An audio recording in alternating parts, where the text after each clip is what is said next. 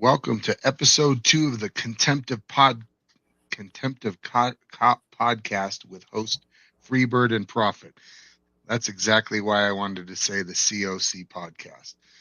We The got a Cock packed Podcast. show for you today that includes a deep dive into the rabble rousers' insane run-in with some tyrannical cops, Lane Myers' court battle, and an exclusive interview with the man himself, Lane Myers.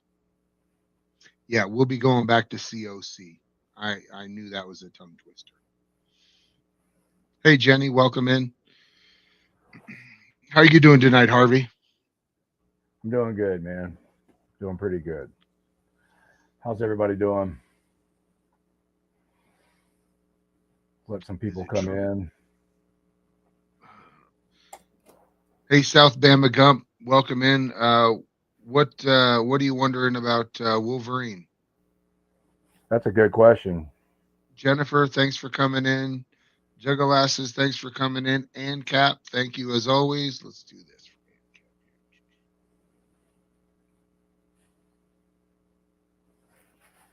Is it true about Wolverine?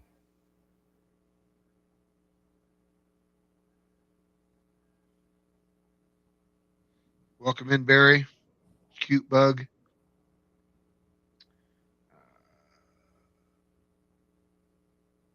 Heard he Tinny passed away this Blast. morning. What's that? He answered, heard Wolverine passed away this morning. Really? Wow. That's terrible news. Um, well, my thoughts and prayers definitely go out to Wolverine and his family. Um, Mine too. I didn't I'd hear anything also about it. no. I also wanted to send thoughts and prayers to the armed fisherman and his family. Stay strong, brother. We're all with you, man. Yeah, his sister died, right? Yeah, I, just sad times. Pamela, thanks for coming in. All right, today we're going to get started with a video for the rabble rouser. Um, Harvey's watched this video. I haven't seen it yet, so we're just going to jump right into the beginning. Let me, Harvey's going to give. yeah. Oh, uh, Harvey's going to give you guys a quick overview, and then we'll jump right in. I was born. Just heard that Wolverine passed away. Um, very, very sad news. So, yeah, I shared one of the Rabble Rousers videos the other day. And like I do before I share anybody's videos, I did a pretty deep dive into his channel and made sure I didn't miss anything. And I'm telling you, man, I'm really impressed with what him and Lawrence Accountability. Um, I think I got the name right. Lawrence Account. I'm really impressed with what they've been doing. And then I saw another video that he put out. I believe it was yesterday, and so it's very obvious that these commissioners or these city council members. I'm not sure which one this was because I think they go to both. I think they go to the county commissioners meeting and the city council meetings, but they have contempt for these guys, man. They can't stand them showing up. And so what they like to do, or they don't like to do this, at one point in time they were just standing up. They weren't sitting in the designated chairs. They were standing in a public spot. And these city council members just can't stand it. They want to boss them around. They want to be in charge. And what I like about Dr. Spees and his buddy, when these guys try to be authoritarian and tell them what to do, they're like, no, I'm not sitting down. This is a public area. I can stand up right here. So this has gone on through many meetings, and then when we start this video, you can tell that these commissioners or council members, they had a young cop in the room waiting for these guys, and this young cop had already been coached. If these guys don't sit down, I'm going to tell them they're disrupting the meeting, and you're going to arrest them. They had this young cop's head all pumped up and ready to go, and the whole thing just blew up in their face and backfired. It was beautiful. I don't want to explain all the details, but we're going to watch that Just real quick.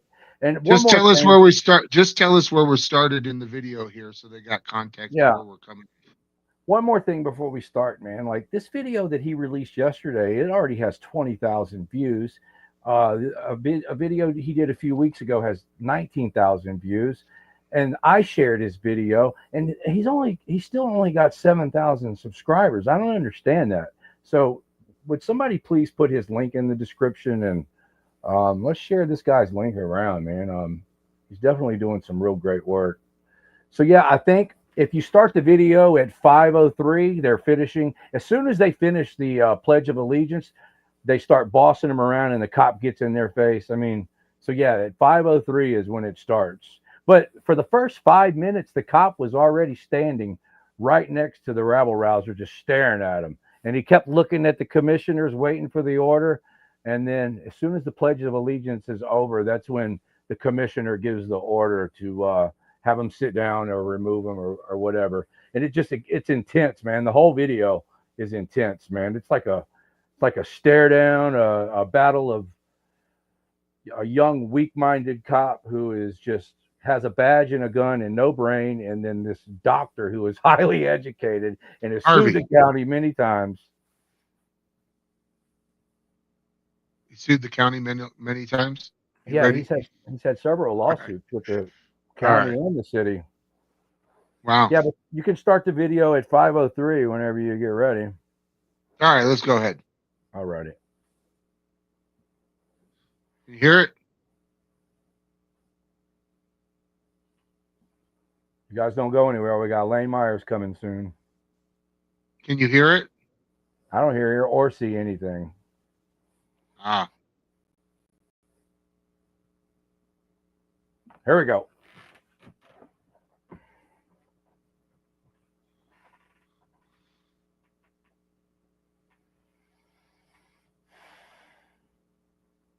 No volume.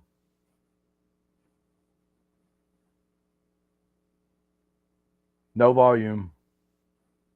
No audio.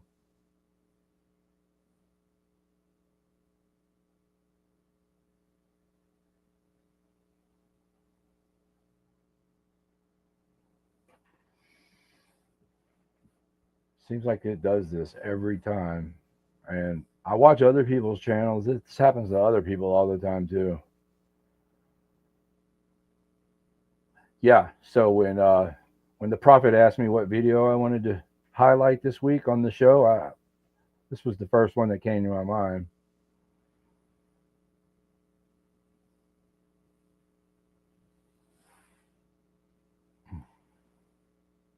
Can you hear me, reluctant prophet? Yes, I was listening to the video. Do you want me to pause it? There's no audio. Oh shit. Well, that's what I kept asking you. Well, that's not any good. I said it a couple of times. I don't know how you didn't hear me. The I the audio is real loud, and of course we're changing it up. I got some headphones. Let's see. Everybody in the chat saying no audio too. All right, no audio. Let's see. Sassy says, I'm glad you did, Harvey. Have you been out with him before? I don't understand the question.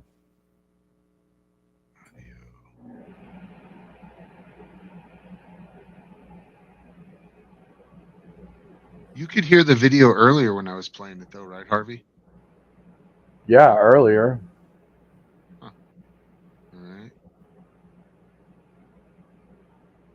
Stage. AFA. You You have to can't. share the You, entire page.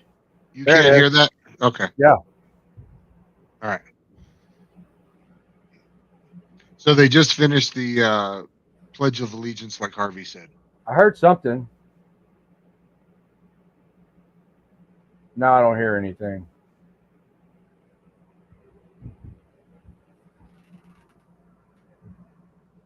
Is that Josh AFA or is that a different AFA? I don't recognize the avatar. Do you hear the screen? No, there's no audio, man. Hmm, interesting. Let's see.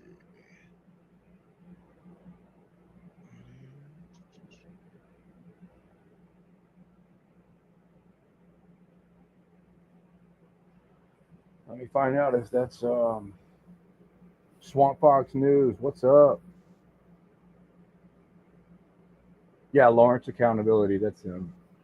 He's got a good video that he put out yesterday too, man. They follow those council members out into the All right, parking lot, let's try this here.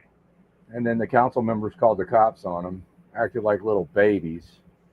Are you ready? Let's see if you can hear this. That's it. Just turn it up some.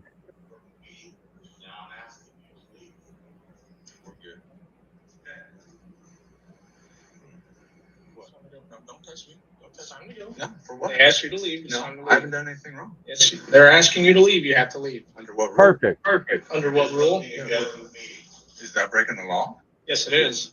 I'm breaking the law right Yes, now? you are. What law am I breaking? 21-5922. What's that say? Public business, public place. By standing silently? They're asking you to leave. You're denying to leave. That's disruptive. You gotta leave. They've asked me Let's to go. leave. If they Come on. constitute, you will be Come on. violating my Let's First go. Amendment right. Do not Let's touch go. Come on. You will not. Let's Am go. I under arrest? You will be placed under arrest if you don't leave. Let's If go. I don't leave, I'm going to be Yes, arrested yes, for sir. disrupting a meeting. Yes, sir. It's a Class A misdemeanor. Okay. You're going to arrest me. Run me a Yes, sir. citation then. You're gonna go to jail. I will arrest you For disrupting a for a meeting. misdemeanor. For Yes. standing silently during a meeting. If they're asking you to leave, you said no. That's disrupting a meeting. It's time to go. That's discrimination. You're Let's violating go. my rights. I haven't done anything. I have not Let's go. disrupted this meeting. I ask you to move back into the public area kindly and not stand over the side. I've asked you that many, many times. We have been allowed to stand here, and I have asked for the rule. It is not a rule. It is not a rule. It's something that you're using against me for retaliation. I have not disrupted this meeting. I was standing silently. Thanks for coming in, Crofty. I have not done it. That's all we need. No. There's no rule that says I can't. I have asked you, and I have asked all of you to present that rule to me. I'm not breaking any rules by standing here. You can't ask me to leave. This is a public spot. I'm standing by standing here. By not following my rules. So it's your rule. It's your rule. This is a public area. This is a public area right here. You've allowed other people to stand here. You have allowed other people to stand here. The entire court. Hold on a second. No. I'm not being trespassed from anything. I don't need to leave the premises. All right, we're gonna move on. All right, let's go. No. Where do I need to go? Just off the premises. Let's go. Off of what premises? The courthouse premises. I'm off the Let's courthouse go. premises for Let's go. disrupting. Let's go. For disrupting a meeting. Let's I'm go. off the courthouse premises. Let's go. Does it apply to him as well? Just you. Just Let's me. go. Okay, just me, huh? He's not disrupting the meeting. You are.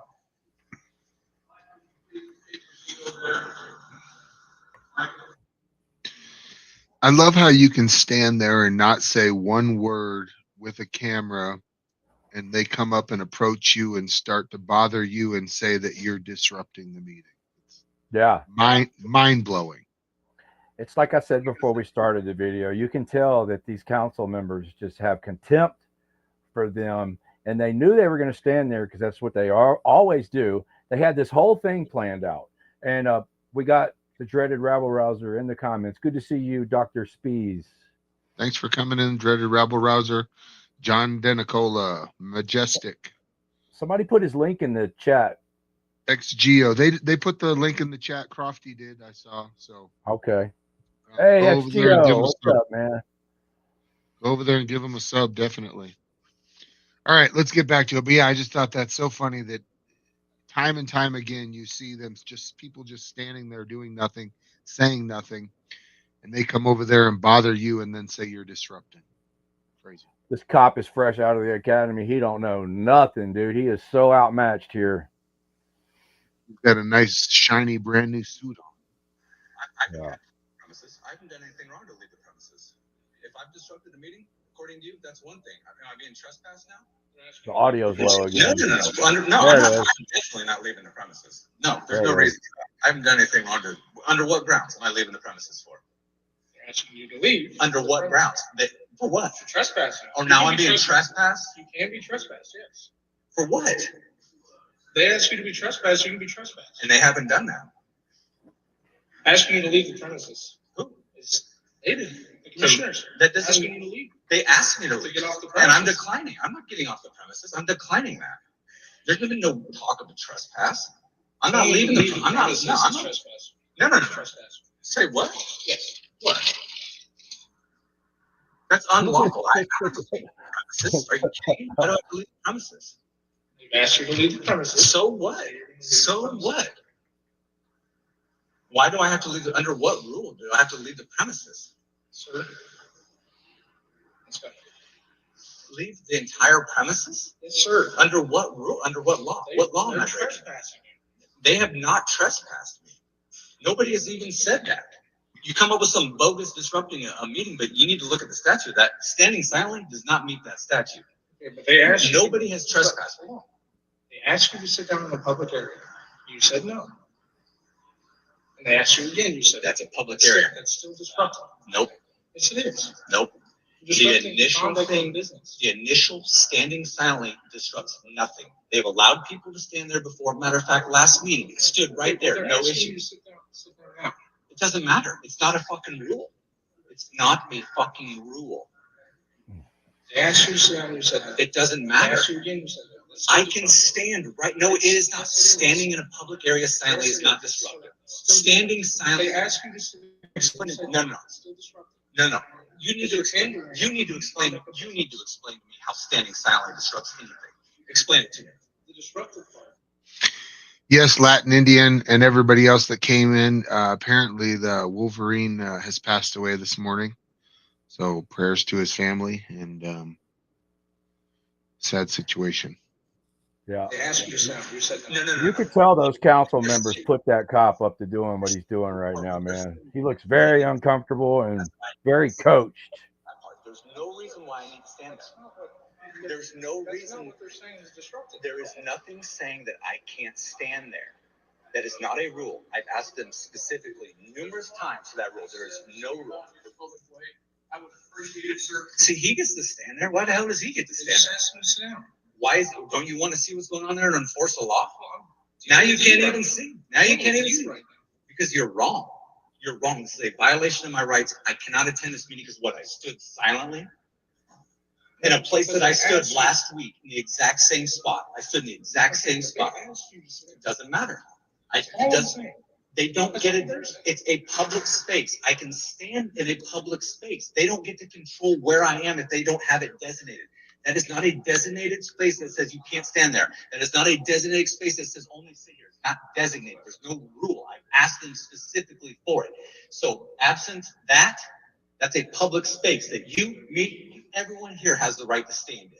That's discrimination. If you're going to charge me with disrupting a meeting over discrimination on their part, you will find yourself in a lawsuit, Kennedy.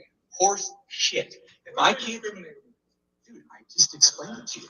He's standing there right now in the exact same spot I am, and I'm out of there. Last week, I stood in that exact same spot. No fucking problems. Now, all of a sudden, they want to do it.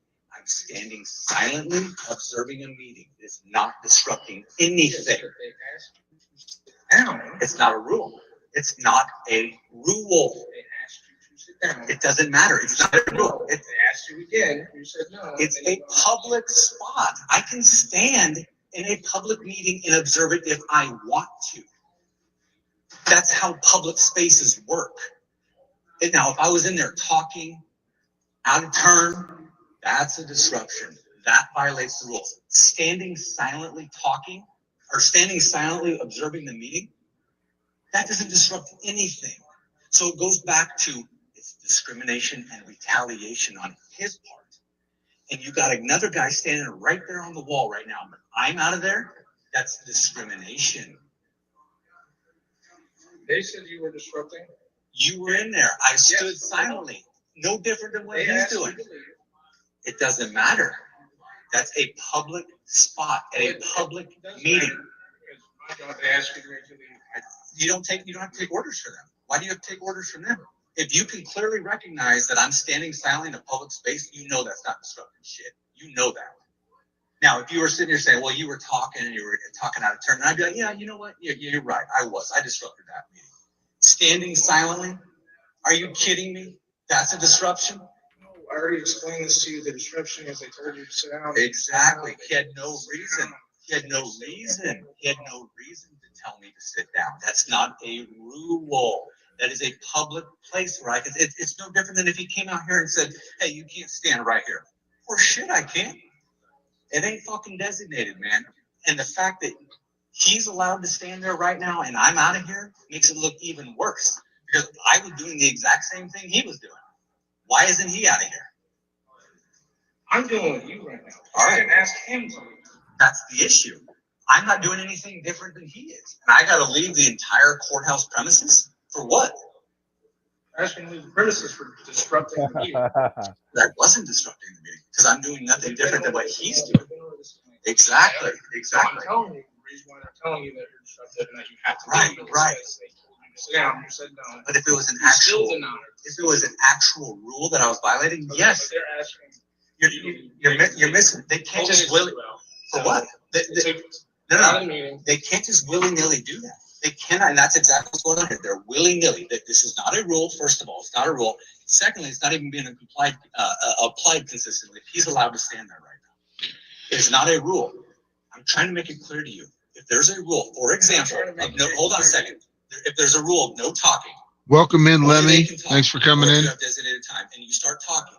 That breaks the rule, and you're out of there. There's no rule about if you can stand there or not.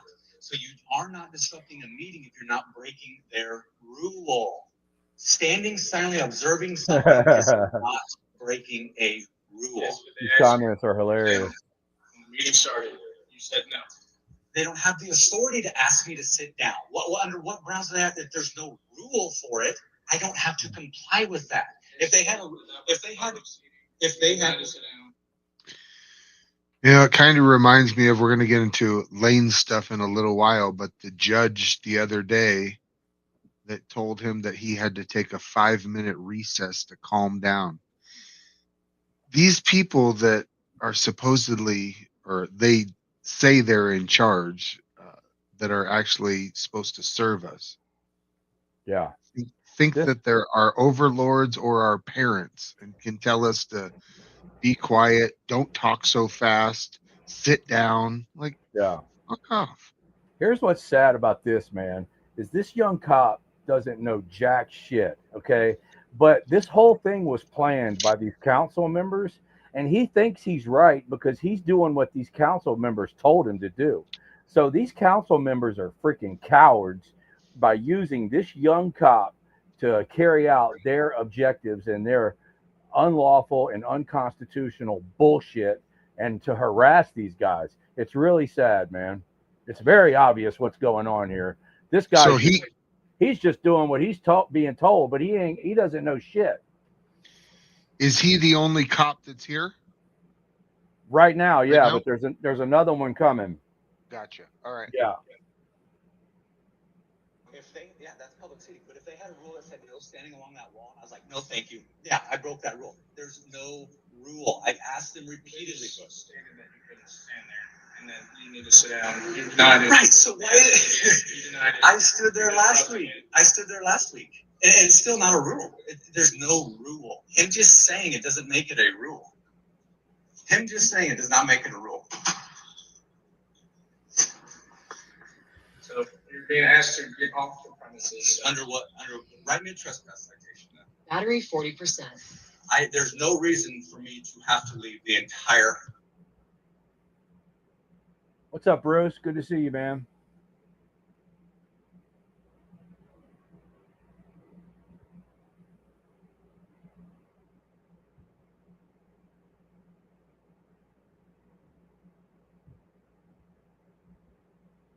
We lost the audio. There it is. Some random chair sitting over here.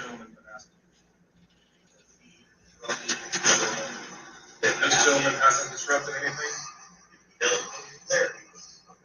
This one interrupted me. They asked you to leave because you interrupted the meeting.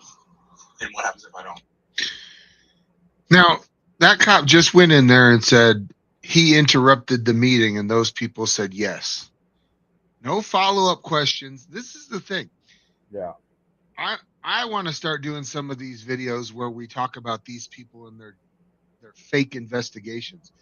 Most of these cops don't even know how to spell the word investigation, let alone conduct an investigation. Yeah. So without following up and saying, okay, can you describe to me the events that occurred that you're saying that he disrupted the meeting? And then the guy would have said, well, I told him to sit down and he didn't want to sit down. Had the cop asked him that, the cop would have been able to use that and say, you know what? You don't have any right to tell him to sit down. But they don't Yeah. even want any more information. They want to go to the people on the other side of the blue line. That's the problem with the blue line. Yeah. And there All was the people on the other side of the blue line is who they're protecting. And as soon as they say something, you're in the wrong. Yeah. And there was no disturbance until they started harassing the rabble rouser. Everything was peaceful and quiet. He was standing there minding his own business like he has for months and other people have for months. They created the disturbance. It's like I said a minute ago, this whole thing was planned out. They created the disturbance in order to ask him to leave. And it's very obvious just by watching the video. Yeah, all right. Just wanted to point that out. Absolutely.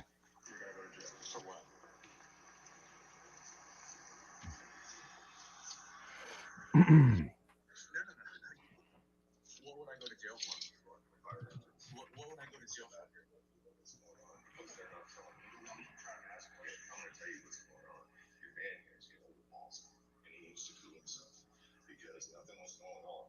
They started this with Justin, and all he was doing was standing there. This is Steve Kelly making a scene, and you're allowed to We got low audio again.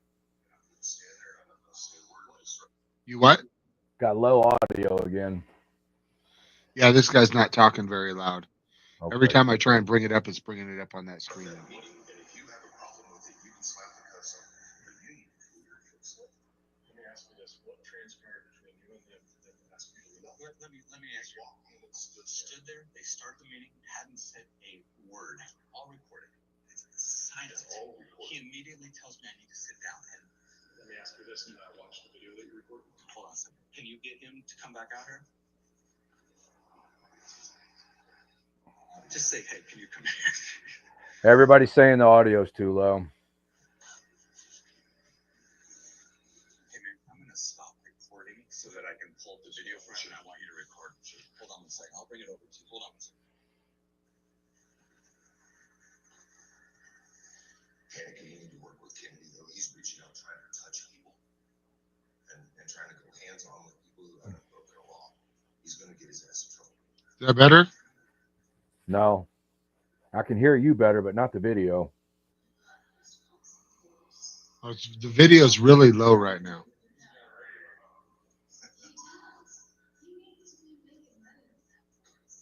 The doctor says it's not like that in his original video. Can you hear that? Can't hear anything from the video, but you're very loud. Nobody can hear the video. Like 3-2 or 3-3. So you're still fairly late, right? What's that? Just to have a grasp of what it is.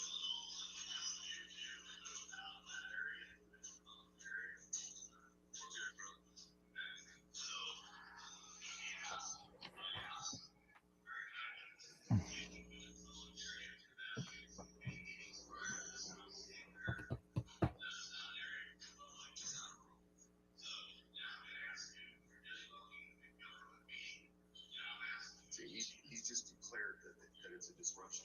That's not how that works. Pause it real quick. What's that? I said pause it real quick. Because it was working fine, and then you paused it, and then when you restarted it, it was low again. So maybe if we pause it and start it again, the audio will be better. Now, whatever you did, you're extremely loud, but the video is still low, the audio. All right.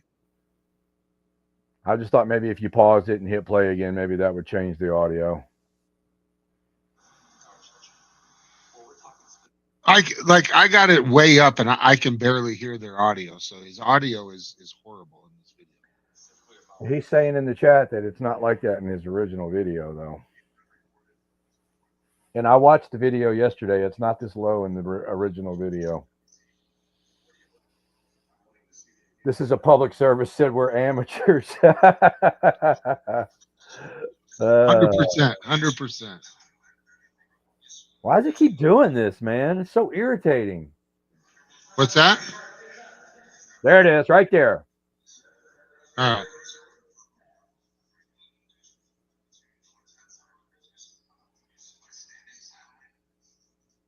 So this cop has some sense. That's what's going on, and he's showing the cop the video, and we can't hear shit, man.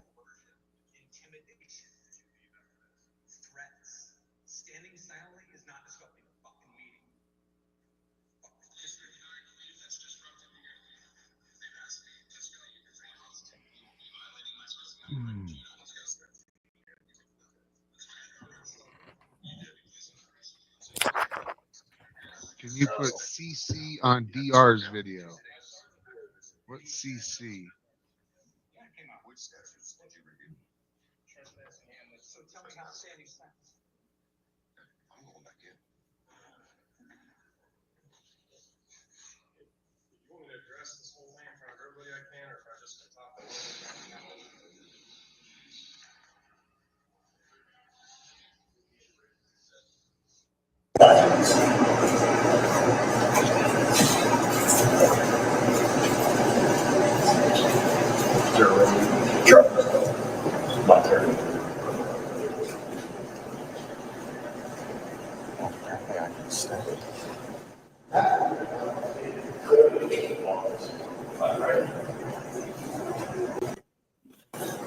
Make sure you keep those body cams going. And don't mute that.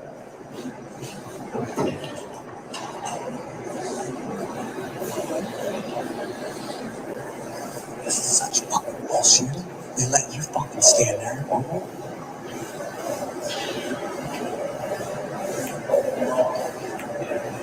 You're gonna lose this fight.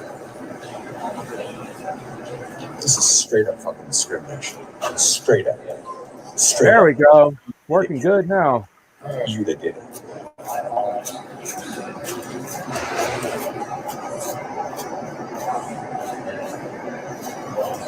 Straight up discrimination. Straight up retaliation.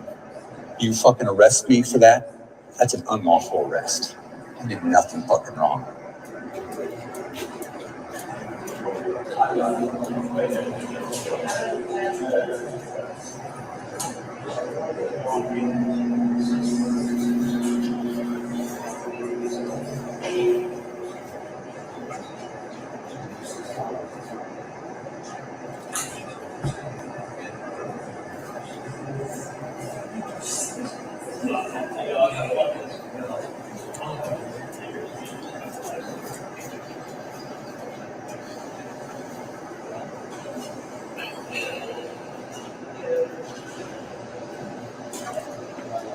Oh, is that? I like it in the camera. It stopped. Is it not live streaming? It was. I don't know now my phone is. Yeah, it just froze. There's not very good internet Yeah. signal here. It's worse at my house where I've been practicing. So He tried to go live stream to save space on the phone, and it When you lose internet connection, then the audio jacks up, and then, sometimes it just stops. So I was like, yeah, maybe. Let's see. I'm real tempted just to send it back because it's pretty expensive. Really? If it's not going to do the job that my phone is, then I should just get another phone. Oh, you don't have that issue with your phone in here of it stopping? No. Once. I think But it still had the audio. The internet connection is weird. ask around and find out what the best reception is, whether it's T-Mobile or Apple or It's whatever the best reception is. Okay, whichever the best reception is, then get your phone set up on that one, whether you have this one on it or not. That way you have the one that's on the best reception to do your Wi-Fi streaming. And then the other option is to bring your own hotspot. You can get a hotspot through your phone provider. Okay. And it's just a little internet hotspot that you can carry with you that works through the phone. I don't know if it works any better than the phone's like reception. Right, I don't know if those hotspots have any better reception or better antenna or something, but I've used those in the past where there wasn't a Wi-Fi connection. And then I would wonder if there's not a public Wi-Fi connection here. You can fast forward it a little bit if you want. Right here. All right, yeah, he's doing a little bit. She's definitely flirting with Lawrence accountability here. Yeah. So what's fixing to happen? The supervisor is going to come in here in just a second, and he's going to set that young cop straight. And then the council members are going to pretty much tell Rabble Rouser that he's allowed to come back in. It's like a slam dunk in your face moment. But I'm not sure how much of this we have to sit through to get to it. If you could just skip ahead a little bit. All right. Let's see. I'm not sure how far we need to go. Let's go right. This looks like a good spot right here. Yeah. Request through the county for the rule on CORA request. It's Kansas Open Records Act. It's you can request documents, information from the government. The public can. So I requested the rule on standing 27-minute mark. for this, precisely for this. They have declined to give me that rule. I've come in and asked them specifically before and during recess times about the rule. They declined to answer. I want to talk to them about it on the agenda. They remove me from the fucking agenda. And that's what I want to talk to them about, to get clarity on this. There's no rule saying you can't stand in a public space right there, and if you do, it disrupts the meeting. There's no fucking rule. And so I'm not breaking a rule, so I'm not disrupting the fucking meeting.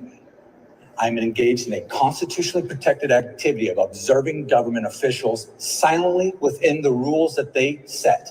If they're going to put restrictions on stuff, they have to be reasonable. Time, place, and manner. Reasonable restrictions. It's unreasonable to enforce a rule on me, but not on him, and not on other people other weeks. That's unreasonable. Right. Do you know why this is taking so long? Because Keith Kelly's throwing a fit about it, trying to find a way to make him arrest us. And you'll find that out from him, but privately later. I'm going to bet money that that's why this is taking so long, is because Keith Kelly is not happy with the outcome. They're probably thumbing through fucking statutes as well.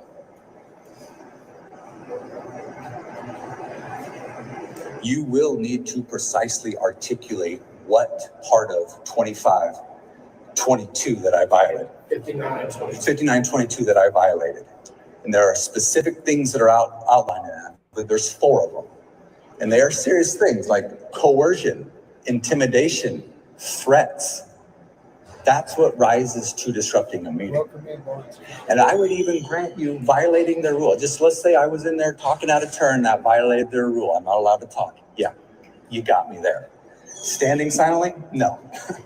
No. No way. No fucking way is that disrupting a meeting. No fucking way.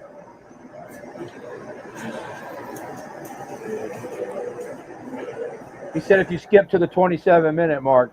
It's also things like if I were to prevent them from getting up to, if I was like, oh, you can't get up. I did. That's about where I started off. Oh, okay. My bad. Yeah, we're at the 30-minute mark, so. Sorry about that. That's all right. It's definitely interesting. Yeah, my bad. Definitely doing a great job putting him in his place. I like it. To your spot, that kind of stuff. That standing How stuff. come you went after him and not me? Because they asked him to leave. That's just not true. They only said it. They start off by saying, gentlemen, I'm going to ask you both to sit down. So he was addressing both of us. Straight up See how much time they're wasting them. See how much time they wasted out of their own morning because of 2 guys standing silent. Does that make any sense to you? Just here. Yeah, you can't be just You can't just be following orders, brother.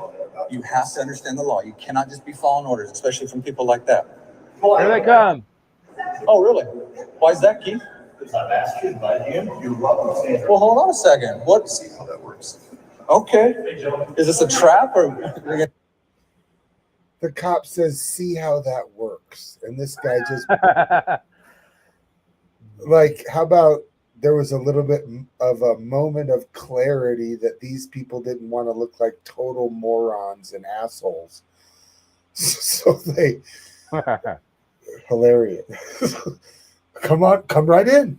Come on in. What were you guys doing standing out here? And do this, Michael.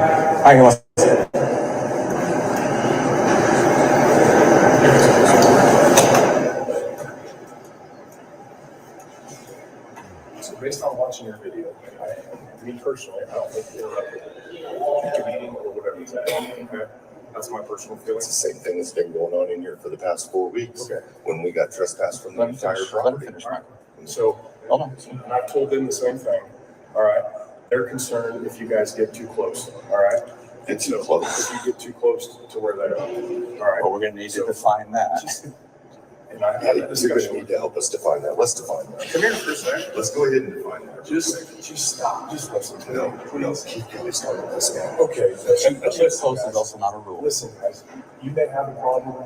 Somebody else may have a problem with whoever. All right. We're getting pulled into the middle of this. We're trying to make it work for everybody. Well, you just got to follow the rules. That's all it is. It's not a appease him and appease us. This is, are any rules being violated? Are any laws being violated? And so Clearly, here's it's not. the problem I have. Now you want our cooperation after this man was fucking threatened to arrest me. And he put his hands on me. And he put his Listen to me. and he put his I'm hands just on me. going to tell you something. Okay. Okay. What I'd like for you guys to do is just to make sure that you don't advance up to where their desks are. Don't go up to their desk. Correct. Okay. Like you need to stay back. I'm not going to give you a certain feet or anything. Well, it's kind of important if we're going to be arrested for it, Well, okay. because then it becomes arbitrary. But here's the thing: the arbitrary thing is what constitutes interrupting your meeting. All right. 'Cause It's that's- arbitrary. that's Well, what- we could be clear cut though. We could. You could say this is the distance, but they don't have that rule. That's what could get you in trouble, though, is interrupting the meeting. Okay. I'm fully aware of you can't interrupt the meeting. Okay. And if you advance towards their desks and it causes them to stop doing whatever it is they're doing to address that issue, that could be considered interrupting the meeting. Okay.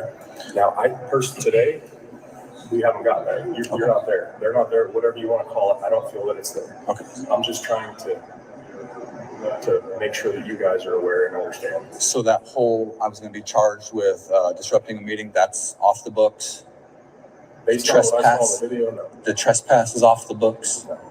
That's all just not no do over. Based on what I saw, Okay. I don't feel it's necessary to take any action. So is this just the difference between officer discretion because he was there and he thought he That's saw the something? decision that I'm making, okay?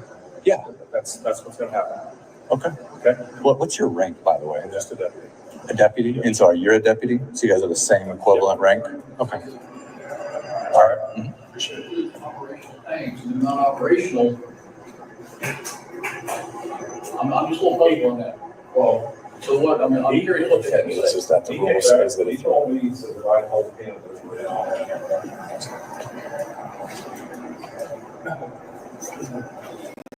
Slam dunk in your face. Chomp. let's help him. I stepped out so we could have Somebody that. needs to get the rules out and help him clarify because it does specifically say tripods. It says if you have a camera, you have to be recording from the back of the room. Okay, no, and see, here's the problem with that. A camera, me passively recording like this is not an activity. Okay, well, that's the intent of the rule, is that if you have Okay. a camera, I'm just trying to. This is where we get into issues again. Unfortunately, you can't let me stand up there and then tell me I can't also record. I have this right at the same time as I have that right. One more dunk in here. it doesn't say you can't stand there, right? Right. The rule, but it does say that if you're gonna use a recording device, it has to be done from the back of the room. That's but the problem is what you're not understanding is there's no delineation between this recording device and me standing. There's no separation of it. There is Whether I eyeballs. have the recording device or not, There's eyeballs. where I stand, this is my eyes. Whatever my eyes can see and my ears can hear, my camera can record. You already know this from your interactions on the street. So any rule that restricts my camera is a restriction of my free speech, my First Amendment. Now, what they can do is restrict the tripod. And if you go look in your rules that they have, they talk about tripods having to be stood up at the back of the room. Okay, you can go check those rules. But me holding a camera is no different than my eyes and ears watching. And on top of that, Just ask. when I was allowed to speak, the 2 times that I was allowed to speak here, I went up and sat and recorded. the whole time. So that is not a Okay. fucking rule. So, Fair enough. Thank you, John. And use a mile of the highway. So if you go north, you've got a minimum. You leave the door open. We did.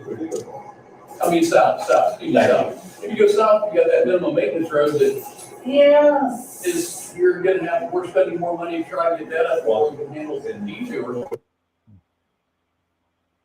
So it's like they told them, look, we were wrong and y'all were right, but don't run with knives, don't eat yellow snow. You know, that whole freaking line of bullshit. You know how they like to do. Yeah, for sure. Rabble Rouser did a great job. Both of them did a great job Yeah. standing their ground. Yeah. I liked it. It was very good. I haven't seen many of his videos, so thanks for bringing that one to mind. Yeah, it's I'm really enjoying watching both of them here recently. I mean, I've seen their videos before, but here recently I really dug into their channels. Lawrence Accountability put out a great video yesterday.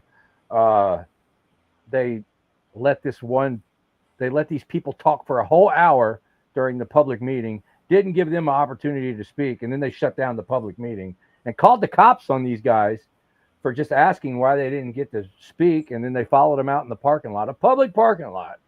And the cops showed up, and it was just, it was another slam dunk in your face. I mean, these guys, every time they mess with these two guys, they're just embarrassing themselves, man. I almost showed that video today, but we'll have to show that one next time. All right, definitely. Yeah. All right, now we've got kind of a choose your own adventure. So Lane Myers is going to come in live in a little while, but I wanted to go over one or two of his videos, and I was looking through and I found some other ones. So I was wondering if you guys want to see. So you guys were in here, some of you were in here for the live stream when me and Harvey played the audio from his injunction hearing. Well, I didn't know it, but the next morning he had a court hearing, and Foshin from This Is a Public Service, great job to him. He was able to get the Zoom number and actually got the video. So do you guys want to watch the video from his hearing on Friday morning for the initial arraignment? His judge is actually the same judge as Mr. Gold has. Or we can watch some of his earlier videos where he was having an altercation with his neighbors. Let me know. Let me know what you guys want to see. Do you want to see the hearing from Friday, or do you guys want to see a couple of his earlier videos? Sassy says it doesn't matter to her. She said they're both good. Are they muted? Hopefully not. I haven't started playing them. All right, so I guess he moved out here. The reason why I wanted to play these is because it always seems like it starts off with a neighbor, and then the police pick a side, and then it just goes downhill for the person who's on the receiving end of the cops. You know what I'm saying? Yes. So here's one. I guess he had an issue with his neighbor and the property line. I thought it was pretty funny. So check it out. Trying to keep him from mowing. Give me a thumbs up if you can hear it, or a 1 in the chat. Saying that I was trying to keep him from mowing the lawn when I wasn't. And furthermore, these stakes that are here, these got to be professionally done. You can't come over here and put no stakes in here until they're professionally done.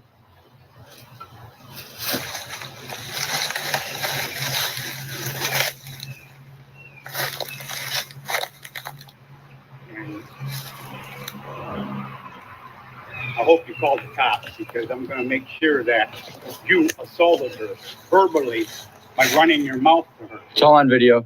I don't care.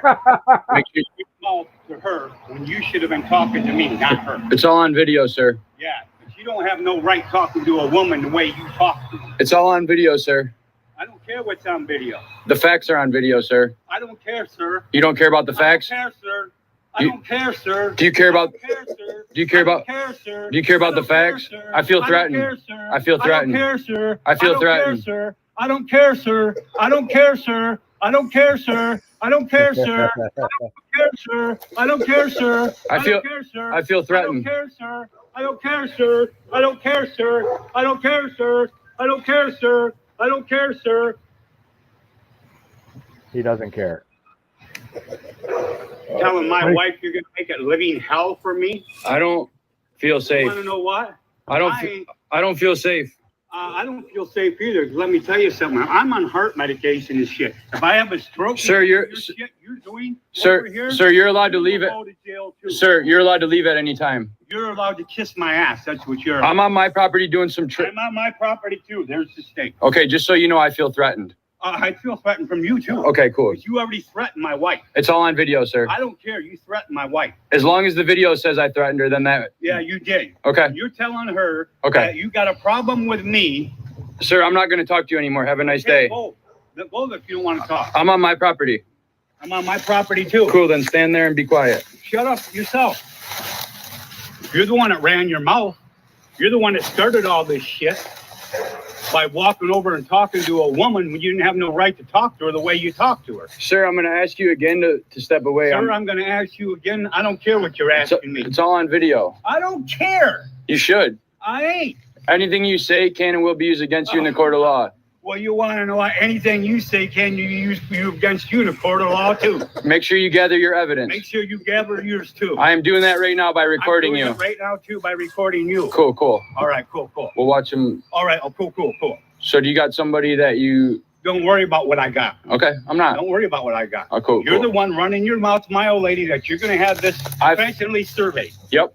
All right, do that. Cool. Don't tell her. How do you know I didn't already do that? I don't give a shit if you did or didn't. Okay.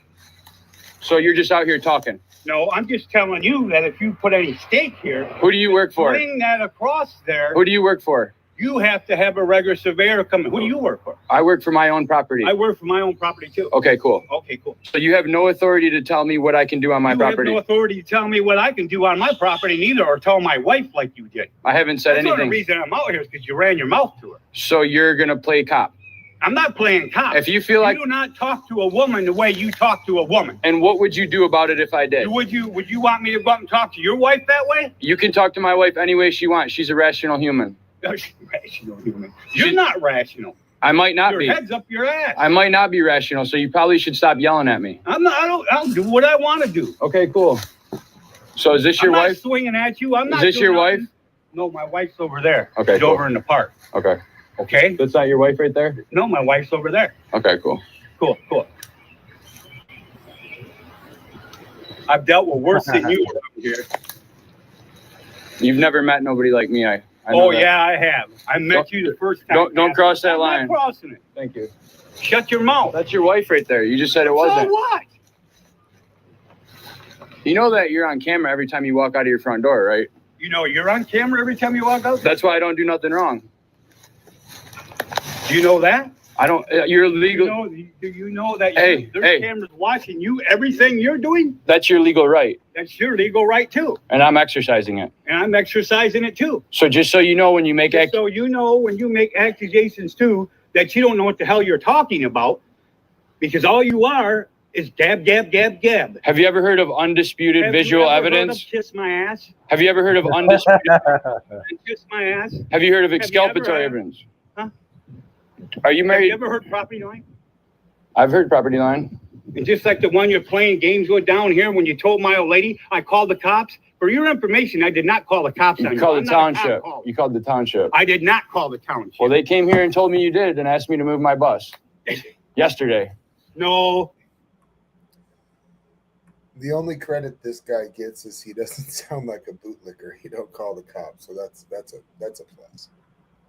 I've never heard of the charge of assault by mouth. In the beginning of the video, this guy said Lane assaulted his wife with his mouth. Oh, wait until the next video. He sexually assaults the next neighbor. This is fucking great.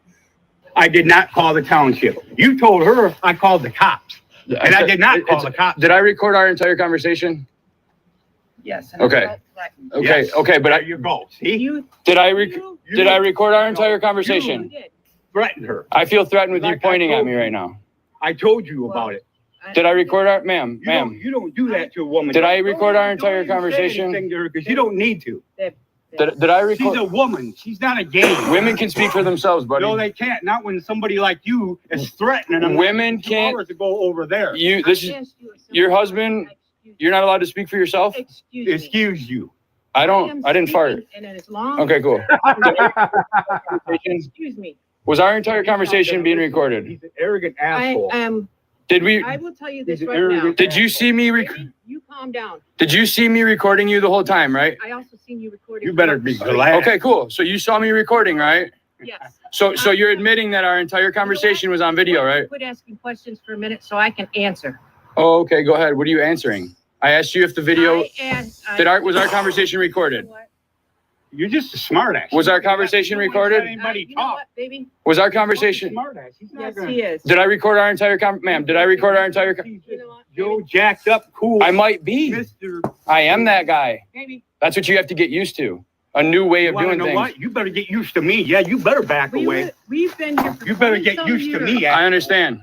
Okay. So Our dog does not like change. him, We are having. me and him met You- during the you and me real estate process. Ain't nothing. As I explained to you during the Telling you video that. earlier, right? I understand. You ain't nothing. A piece of shit and can't Baby, You see what I'm mind your saying? own business. baby, please. I can promise you that this isn't going to help you. I can promise you I don't give a shit. Okay. We Okay. are also recording and got you. That's your legal right. That's what I'm saying. So you're aware You know what? because Michigan's a one-party state. I don't need your consent, right? But you did physically see me record you, right? And I was asking. When you walked out in your pajamas earlier, Hey. right? Shut up. So you want I'm me to? getting mad. That's fine. Damn, You man. can get I'm mad, asking you to shut and up then so adults. I can answer You your have to learn how to question. control your emotions. That's part of being an You're adult. not gonna let us answer a No, fucking question? that's why I was just You- doing what I was doing. Or go back over. You've already admitted that I recorded our entire conversation. Yeah. He said I threatened you. Damn thing wrong. He said I didn't threatened say you. that. This I never time said you did anything wrong. But you. No, he said I you threatened felt- you. I felt threatened. You by felt threatened. And but I didn't told threaten you. him, That's why she and you woke don't me get up. Swear. So But you didn't come back down here. so I don't need to swear, but he's been cussing at me for 10 minutes. You cussed You at don't her. swear. Don't swear at me. Fuck. You know. Then why That's- can't I say fuck to you? I never said you couldn't. Oh, okay then. She's What's the one problem? crying about her and What's the fuck. problem, asshole? I don't have a problem. Yeah, you do. Uh, You're an asshole. I was out here working. You came out here and started yelling at me. Yeah, I told you that. If I had a- messing with a steak is what I told you. If I have a problem with you, I'll address it through proper If I channels. have a problem with you, I'll address you through the channels you ain't gonna Bro, want me. you can't. So now you're threatening me. I'm not threatening That's you. battery. You're If threatening you me. take another step for me, I'm gonna defend myself. Oh, you go ahead. You want to get your ass whooped? You want to get your ass whooped By who? by me? Dude, I'm a fucking grown ass professional I athlete. don't give a You fuck. you just told me your heart is fucked up. Yeah, that's why. So I you're want gonna you fucking that's have a why I heart- want you to hit me, motherfucker. You want me to hit you? Sue you. You can't sue me. Yes, I don't can. have nothing to sue. Yeah. Well, I'll take what you got. I don't I'll got take your shit. damn phone. You'll take my phone. Yeah. That's you're gonna I'm on this fucking medication. you're gonna risk having a heart attack to fight a 39-year-old professional athlete. Oh. Do you see your beer belly? Asshole. Do you see your beer belly? You want I don't give a shit. Those about are not my good beer for belly. endurance. You're a professional asshole, who you are. Okay. I'd probably agree with you. I am an asshole. Yes, you That's are. why you shouldn't fuck with me. That's a good one right here. I like this. I'm gonna fuck with you and fuck with Didn't you your daddy and tell fuck you- with you and fuck with you and fuck with you and fuck with you and fuck with you? Didn't your daddy Tomorrow, the teach you next day, that fuck there's with you, always gonna fuck be a with you, bigger fuck with you, fuck right? with you and fuck with you and fuck with you. What's and the what's the fuck with you and fuck with you and fuck with you and fuck What's with the you. story of the I'm gonna bully? keep on going and What- fucking does he know the and story of the fucking bully? and fucking and There's fucking always and one fucking. bigger? And There's I'm always a gonna keep bigger on one, fucking right? Fucking with you, fucking with you, fucking with you, and fucking with you. Now he's putting your own house in jeopardy And what's my house got to do with me? because you can't afford from any lawsuits. You can't fucking put a lawsuit on me. The way you're acting, I definitely can. No, the way you're acting. I'm acting normal. No. This is a I normal. told you, the minute you stepped over and ran your mouth to her, that's what started the It's whole all on thing. video. I never said nothing. You should have just called the police I'm not going to call the cops. because nothing happened. Yeah, I'm not a cop caller. But nothing happened. It doesn't matter. I'm not So a cop what are caller. you over here enforcing? I'm telling you not to touch that steak. What authority do you have? Because it's the property line. You know Okay. what authority I have. Okay. Did you see me touching that steak, or was No, or was I it? warned you. not Am I over here trimming these bushes with these trimmers? trim them with your dick. I don't care what you do. So why are you out here yelling about this steak? Because I'm telling you that they need to be professionally done. But you don't have the you do them. but you don't have the authority to tell me anything, ma'am. You can admit that the conversation was recorded, right? Our whole entire conversation was recorded earlier, so don't be lying and saying I threatened you when I didn't.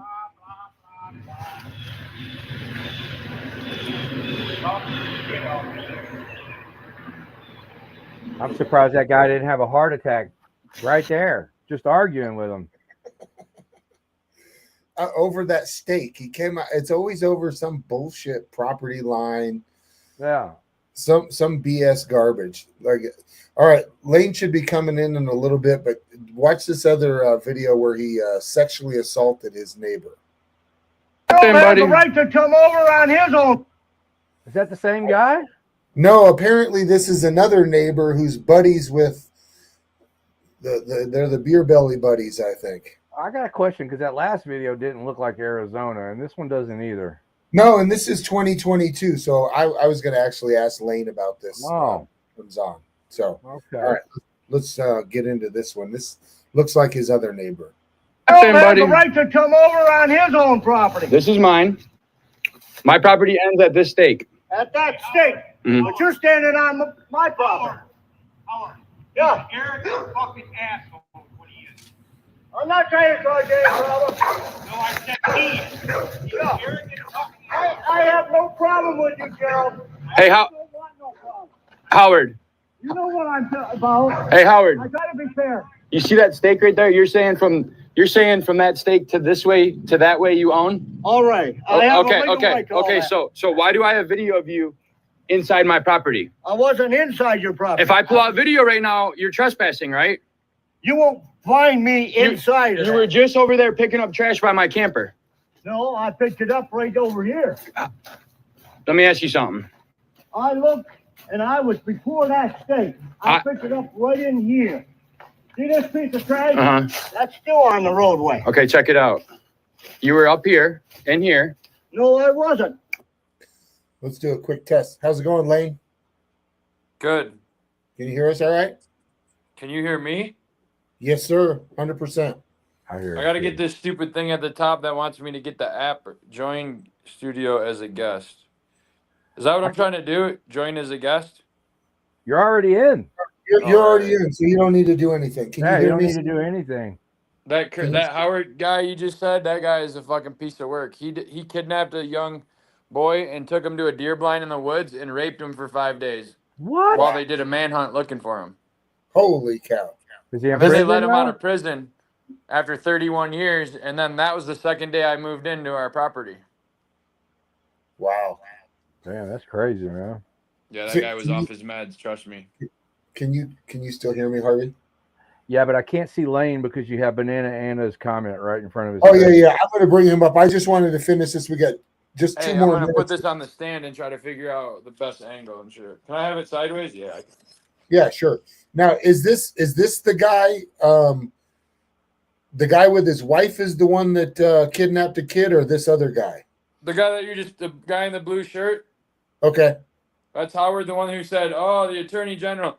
He's a big time sovereign citizen. He's quite a piece of work. He also did prison time for jacking off and going into Dollar General and jacking off into one of the shampoo bottles in the in the aisle. Or like he took a shampoo bottle from the aisle, took it into the Dollar General bathroom, jacked off into the bottle, and then like put it back on the shelf or something. And he got caught for that, but they said he was so mental off his meds that they weren't going to prosecute him for him because nothing would happen to him because he was mental. Wow. Okay. Yeah, the dude without the wife. This guy that we're going to see right now. Man, this guy The dude with the wife, loser, man. The dude with the wife is Jerry. We sold that property though after all that shit because of the incident with the lawsuit with the bicycle. Yeah, I hear you. So this is in New Mexico then, I'm assuming. Nuevo. No, that's in Michigan. Michigan. Okay. Yeah. Michigan. All right. I was gonna say that Hey, does not look like Arizona. I'm gonna see if I can put my headphones on. That's Okay. probably a better idea. All right. Give me a second. We'll finish it. This might go away for a second while I do the Bluetooth. That's all right. We'll bring you back up. I'm ready to see this piece of shit now. You were up here. In here. No, I wasn't. Okay. I never walked up in there. All right. So you're aware of how a prescriptive easement works, right? No, I'm not aware of any of that stuff. You're not aware of a prescriptive easement, so don't argue with an attorney and get to stepping. Well, I'll tell you what, that's a threat. I'm going to take the township out. I'm going to sue the township. Good deal. You had no right to buy this if you're going to use it for something other than what you could use it for. I'm using it for what I'm using it for. You had no right to buy it unless you're going to use it for what you're using it for. Hey, Howard, today is July 1st, 2022. Right, but you can't change that without a hearing from me and Gerald. There already was a hearing. I won too. You did? I did not receive any denial. So you're aware that that's my property? I'm aware that you have a right to go out 36th Street. That's all I'm aware of. So I have a document that says I own the land you were just on, dated June 30th, 2022. I wasn't on your land. I was on my state. Are you now clear that that's my land? I understand that's your land, but your car's on my easement, so that's So he illegal. understands it's my land, Howard, but it's my land. Yeah, man, shut the fuck up. Are you aware? Howard is Do you a have something fucking to show me that you high-class own that? moron. I'll tell you what, I will close that down because you ain't taking all the big trees down.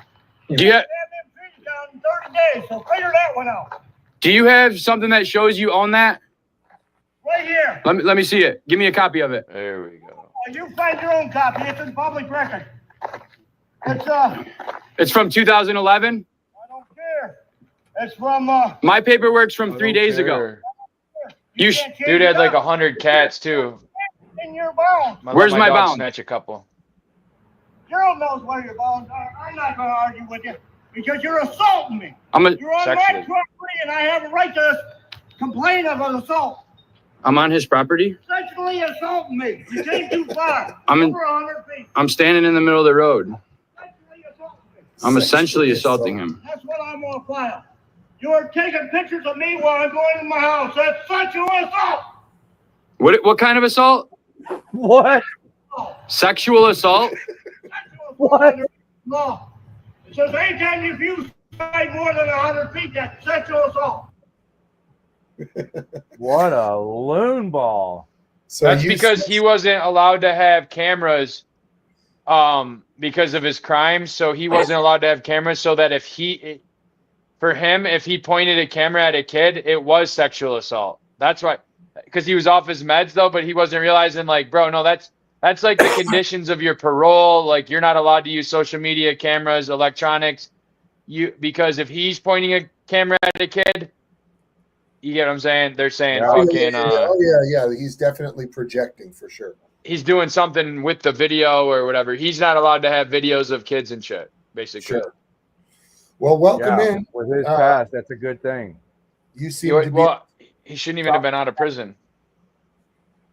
Sorry about that. You should be. You're the talk of the town this week. No. There's always something else.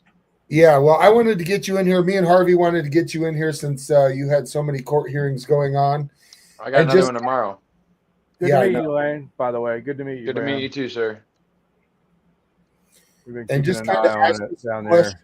Sorry, I don't getting started and talking. Is there a delay? Am I loud? What's the word? Am I good? Let me move this way, this way. Where's the camera? There we go.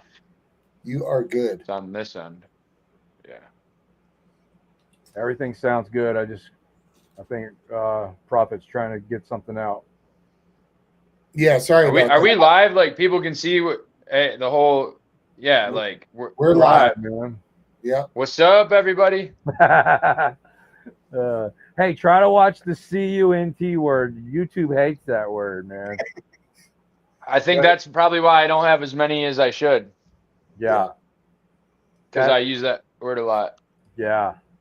It took me about a year to figure that out, man. Why are my videos being demonetized? I finally figured it out. It was that word. And I think if I swear too soon. Yeah, if it slips out, it ain't no big deal, man. Nah, but that word is targeted. Yeah, YouTube hates it. I didn't even think it was a cuss word, but obviously it is. Obviously, it's something really bad, according to YouTube. Where do I? Sorry, go ahead. Where do I see the chat?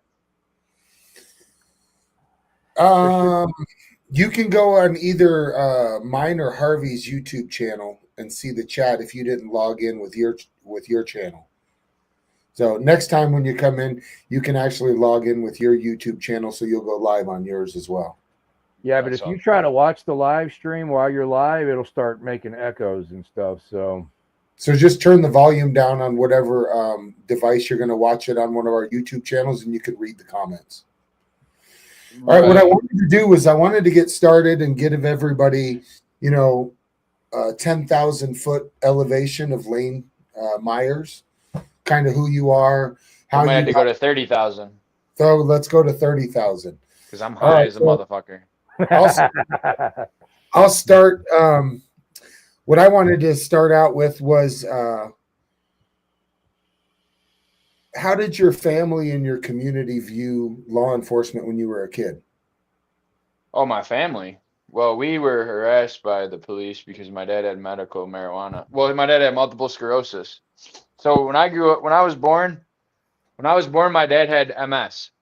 He, all they knew at the time was like pharmaceutical drugs and stuff. So what, with him, he was seeking an alternative. The marijuana helped him like his spasms and all that shit. I mean, I never saw my dad walk. He was in a wheelchair, right? Yeah. And so like he would like have like muscle spasms and shit, and he would get. It's kind of like anybody knows. You take an edible, you're like chill. You're like you hit it. So then he could relax, and his like arms wouldn't fucking shake and shit. And but the problem is that the cops were very anti-weed around 1980s, 85, 80. So he grew his own, and he got really in a lot of trouble and harassed by the police in 87. My 5th birthday, the FBI raided our house live on the evening news for weed. And so about a week later, the charges got dismissed because they lied on the affidavit for the search warrant. So I started out right away saying, cops, they'll lie to get a search warrant, right? But I tried not to grow up like that. And so growing up, my family was being followed by the FBI. I mean, and then in 80, that was 87. So I was 5. In 1990, the day of the Mike Tyson Buster Douglas fight, they raided again with Black Hawk helicopters this time. And then this is the FBI too. So that was 1990. And then 1999, they raided again. Right here. See right there. They love to put you on the front page of the newspaper, right? They hate when we record. They hate when we record our shit, but they're quick to put our shit on the front page, right? They say, this is a brand name, so to speak, for lack of a better term. So we feel there's a significant distribution network involved in this. And that's what we're looking at and hoping to dismantle. The joint investigation by Bayonet and the FBI will continue and more arrests are expected. We are looking at this entire organization and looking to identify as many players as we can, but I'm not ready to say we're going to arrest people this week, right? And it's like anything else. If you're dope dealing and you're going to buy marijuana and you heard about pink cotton paralyzer, that's what you're going to ask for. It's just like retail. You're going to ask for something people recognize. So my dad had this famous weed, and he had this famous ongoing battle with the FBI, raiding him, and then him going to the state capitol. And my dad was the kind of guy that would go to the state capitol and get arrested. He would go there. He's like, all right, today I'm going to go to the state capitol, light a joint, and the cops are going to come drag me out of my wheelchair and arrest me. And so he would do that, right, to bring attention to the fact that he was using weed for multiple sclerosis, and not every person that uses weed is a drug dealer. And so, but of course, they put us on the newspaper cover with our hunting rifles and shit. You would think it said, 15 weapons. Like 3 of them were like pellet guns, black powder rifles, hunting rifles. I don't even think AR-15s existed back then. And so, or if they did, not many people had them. And so that's back when they had MP5s, the FBI and shit, not AR-15s. But so my family was activists for weed. But I didn't get into all that because I was so young, I didn't care because it didn't affect me. But then when I got older, I realized what they were doing. And then now that this is happening to me, I know from back then what they'll do, how they'll paint you into a corner and make you look crazy just to carry out their agenda, because the one thing they don't like doing is being exposed. 100%. It's like cockroaches. You know what I mean? You put light on them and they run. That's how these people are. As soon as you show, they don't care what they do to you as long as nobody finds out. But as soon as you start, other people are like, oh, I can't believe they're doing that. that's like instant poison for them. They start freaking out. That's like their pesticide. They don't know what to do because they're not set up for that. They're not set up for you to hold them accountable. So they just double down. But so Yeah. growing up, I don't know how old you. So let's say I was about 10 or 12. I mean, I don't know how much you want me to say. You said growing up, my family, what was there? Because, I mean, basically until 2008, from 1982 to 2008, my family was being harassed by the police for weed. And then myself, I don't know if you want to know just my family or when I started getting in trouble or what. I mean, it's up to you. Yeah, well, what you were saying about that, something I wanted to bring up with you about these Samantha Walker that you're dealing with. I want to Samantha try. Yeah, I want to see. The see you next Tuesday. Yeah, well, what I want to get going on is I want to live stream everybody's hearing, Tuck's hearing, your hearing, Mr. Gold's hearing, any of my hearing, because like you said, they don't want the light to be shown on them, and us showing them not knowing the law, misusing the law. Yeah, absolutely. Go ahead. Yeah, 100%. Go ahead. Smoke it up. So I think us showing that, and then when you're in court and she brings up that argument again, you should tell her, if you really have a law degree and you know what you're doing, why wouldn't you want the world to see? If you think you're in the right and you think I'm a criminal and you want to put me in jail, why wouldn't you want it for the world to see? That's what I would want to ask her anyway. Exactly. Like, and the same thing with arresting me going into court. If the state, right? If Samantha Walker's goal is to punish me, to show the rest of the people like, yeah, look, don't fuck around like Lane Myers or we'll do it to you too. She should be like, look, we got him, the crazy guy. Look, everybody watch this. Watch what we're going to do to him. And if you act like this, so why would they not want people to see me acting quote unquote crazy and them punishing me and all this shit? Exactly what you're saying. It would serve the public's interest to take my crazy ass off the street and have me all over the news doing it. Well, hopefully we can get them to be okay with. I don't know about tomorrow, but Harvey and my plan is to live stream your hearing in the morning. Hopefully Right. they arrest you. Right. You know how it is. They I don't want to talk about it right now because yeah, no worries. Let's get back to. They're watching too. Yeah, let's get back to. Hi, fucking Tucson cops and everybody else. We got to say hi to the sheriff's department. Laura Conover's office is watching. I don't got an issue with the sheriff like you guys do. You know what I'm saying? Not that I wouldn't if they did what I did. I'm not saying what's okay what they did to you. I'm just saying I've never personally had anything with the Pima County Sheriff Department in any way. All right, you can. That doesn't mean I don't say fuck the. You know what I mean? Sure. The bad ones.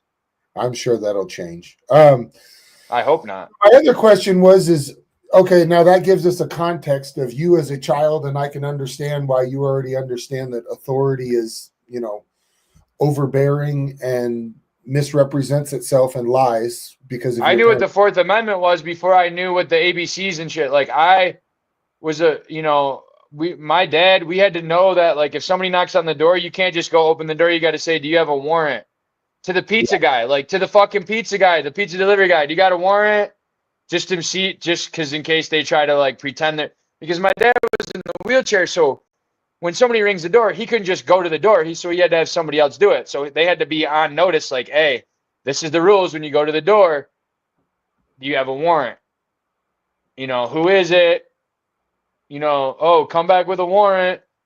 And like, I had to learn that before I even went to kindergarten. So I started off, don't believe anything you hear and half of what you see. And I'm not even a conspiracy theorist because of it. We'll get to that though, but like, I mean. Sure. Well, and that's my dad hung out with Michigan militia and shit.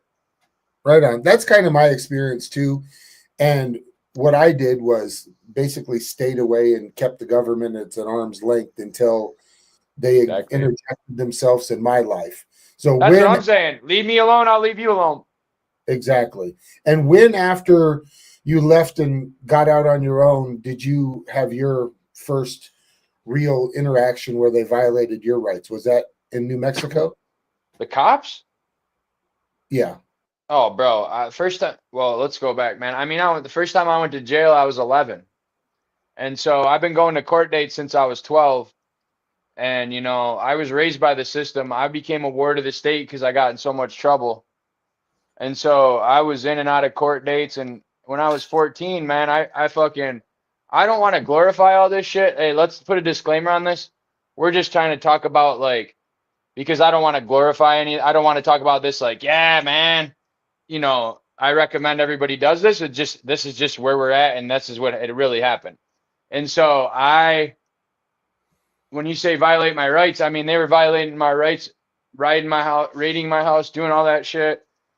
But the first time, I went to jail, I was 11 or 12, and I threw pennies at a lady at McDonald's. And so that got me in the system. And from there, 12 years old, I started having court dates. At 14, I got sent to maximum security juvenile prison. And this is what I'm saying when I say I'm not condoning this. But, you know, like I escaped from prison at 14, maximum security prison. I stole the guard's gun.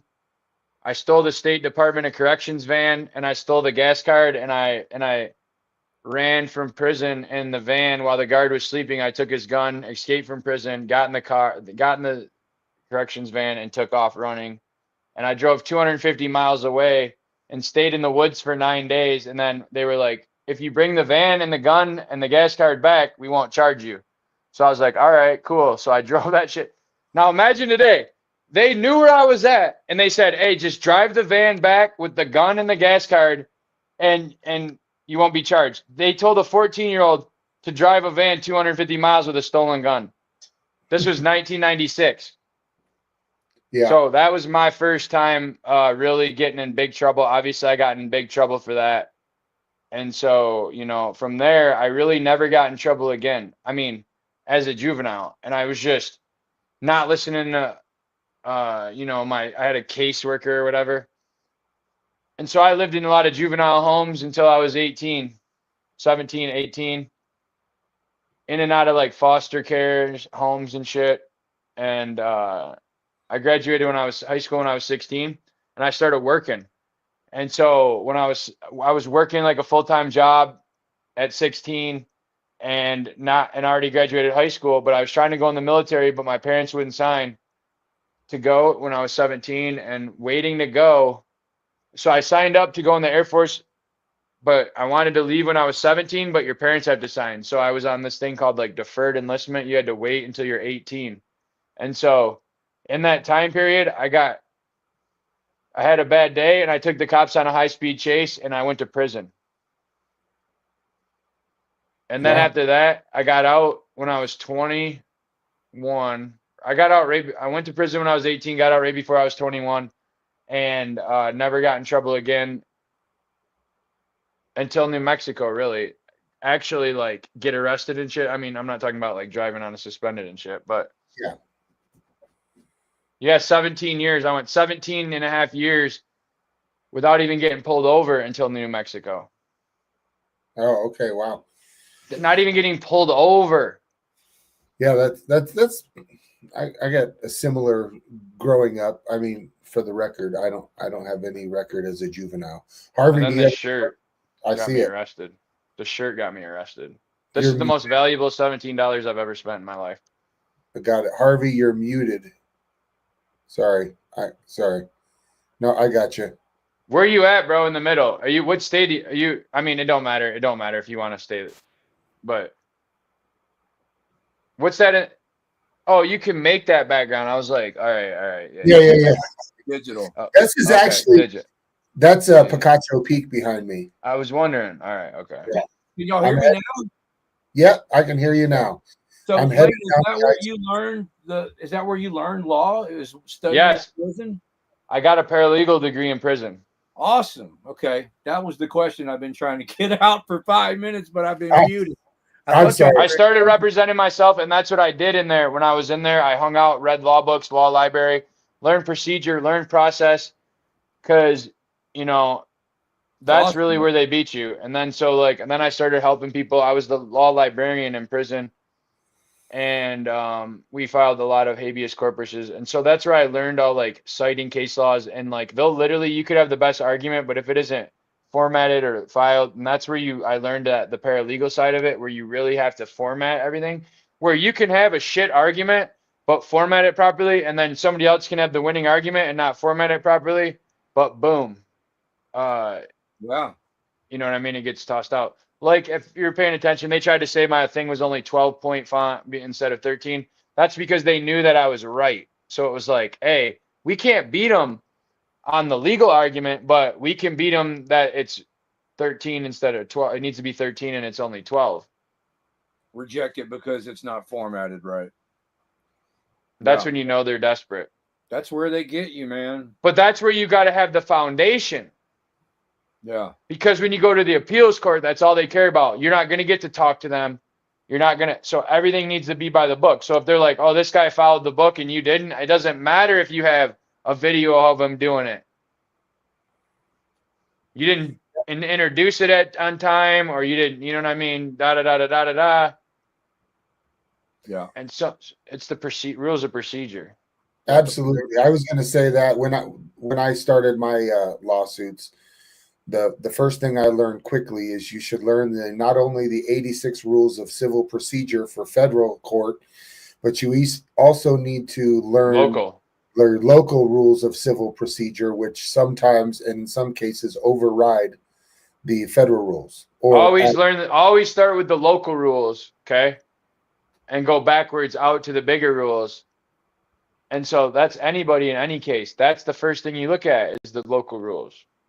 And that's when they got to dust off their that's when they got to get out their dusty ass law book, and they're like, oh, we haven't followed the rules in years. They make you play by their rules, and they make you play by their rules, but not the court rules. Yeah. They're looking and then that's why you got to slap them up and say, no, we're going to play by the court rules. Yeah. They look for We're in court, right? We're in court. Case immediately. Oh, you misspelled a word. Your motion is denied. And that's when, the judges start working against you, when they start using the court has discretion, right? You can write your motion on a piece of toilet paper and they could accept it if they really wanted to. That's true. Well, but when it's to their advantage, they'll get rid of it. Yeah, well, first of all, I think you need to start pointing out to the judges that some of the phrases and words that they're using basically show that they're not being impartial. The judges are sitting there talking about her feelings. Of course. Complaining about the speed that you're talking. I mean, everything that he's saying in there is absolutely ridiculous and shows that he's not even close to being impartial for the. All he was trying to do was interfere with me and slow me down so that I couldn't get all my arguments on the record. And then, to appeal, then he's like, yeah. So any other judge would have just let me fucking talk. Okay, you're done. Instead, he wanted to keep throwing me off my game, interfering, delaying. Oh, and then get me going too fast. Right. He keeps saying you were talking too fast. He did that just to interrupt you, man. Just to interrupt me, right when it got good. They planned that from the beginning because they know you talk fast. So they said, well, we'll continuously interrupt him and saying he's talking too fast. And then he can't get all his legal arguments on the record. Yeah. Yeah, I noticed that when I was listening to it. That was bullshit. They kept stopping you, especially when you were nailing it home a really good point. That's what I mean. Yeah, they'd stop you and say you were talking too fast. Oh, I was so mad, dude. Right when I was about to deliver the punchline. Yeah. Yeah, that's a strategy they used, man. It's bullshit. They could understand you. Oh, they knew right when I was about to show the controlling law that they should be following, he interrupted me. Yeah. And I'm gonna make a video about all the case law he used that doesn't even apply. He used criminal case law. He based it on his judgments were based on the criminal statute harassment, which I wasn't in there charged with the crime of harassment. I was in there with a civil injunction for harassment, and the civil injunction has its own definition of harassment. But he was using the criminal definition of harassment. And that's why at the end I just got up and walked out, because I was like, he's like, oh yeah, based on this. It's like, bro, we're in the wrong courtroom, bro. We're not even, this is a civil matter. You're talking about the crime of harassment. I'm not charged with the crime of harassment. And he's sitting here reading the elements of the crime of harassment as his findings. But what's so fucking funny is the videos are still up.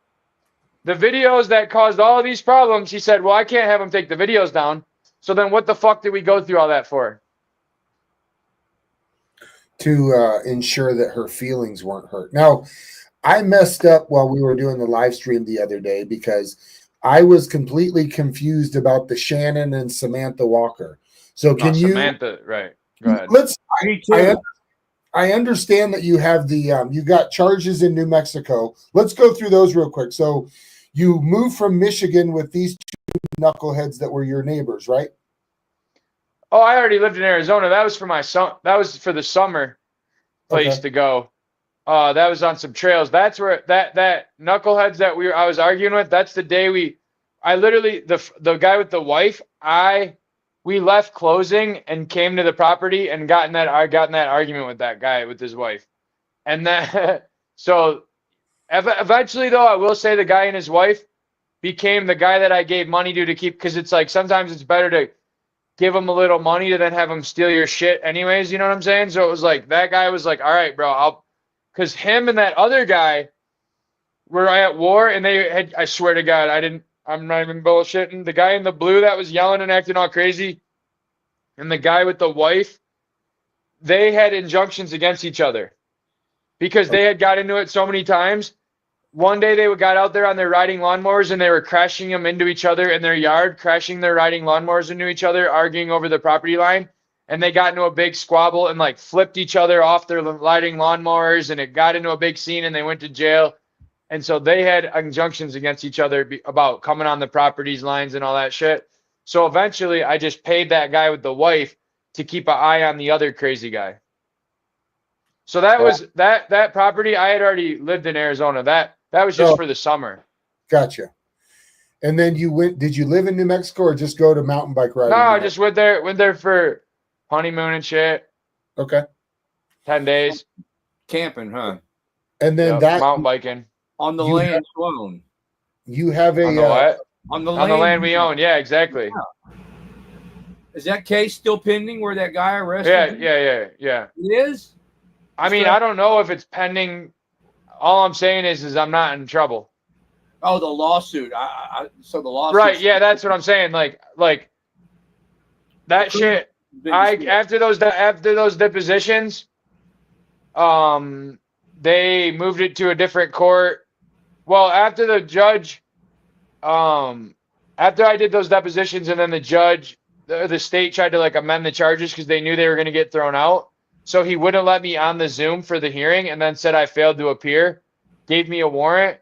That's when I like got Direct D and James Freeman and shit to make a video about the case to get attention. And then that got me the lawyers, and then the lawyers like filed some papers, got rid of the warrant, got it moved, got the judge in trouble, got him taken off the case, got it moved to another court, and then that court found out they were Kangaroo 2, filed some shit there, got it moved to another county. So then it got moved to another county, and we had to like start over at another county where they got to like get up to speed on everything that's happening. So in this case, it doesn't matter because everything's already dialed in with the notice of claim, the lawsuits, all that. It's basically like, they know that as soon as they dismiss the charges, that's going to activate the lawsuit. And so then they'll need to have that worked out.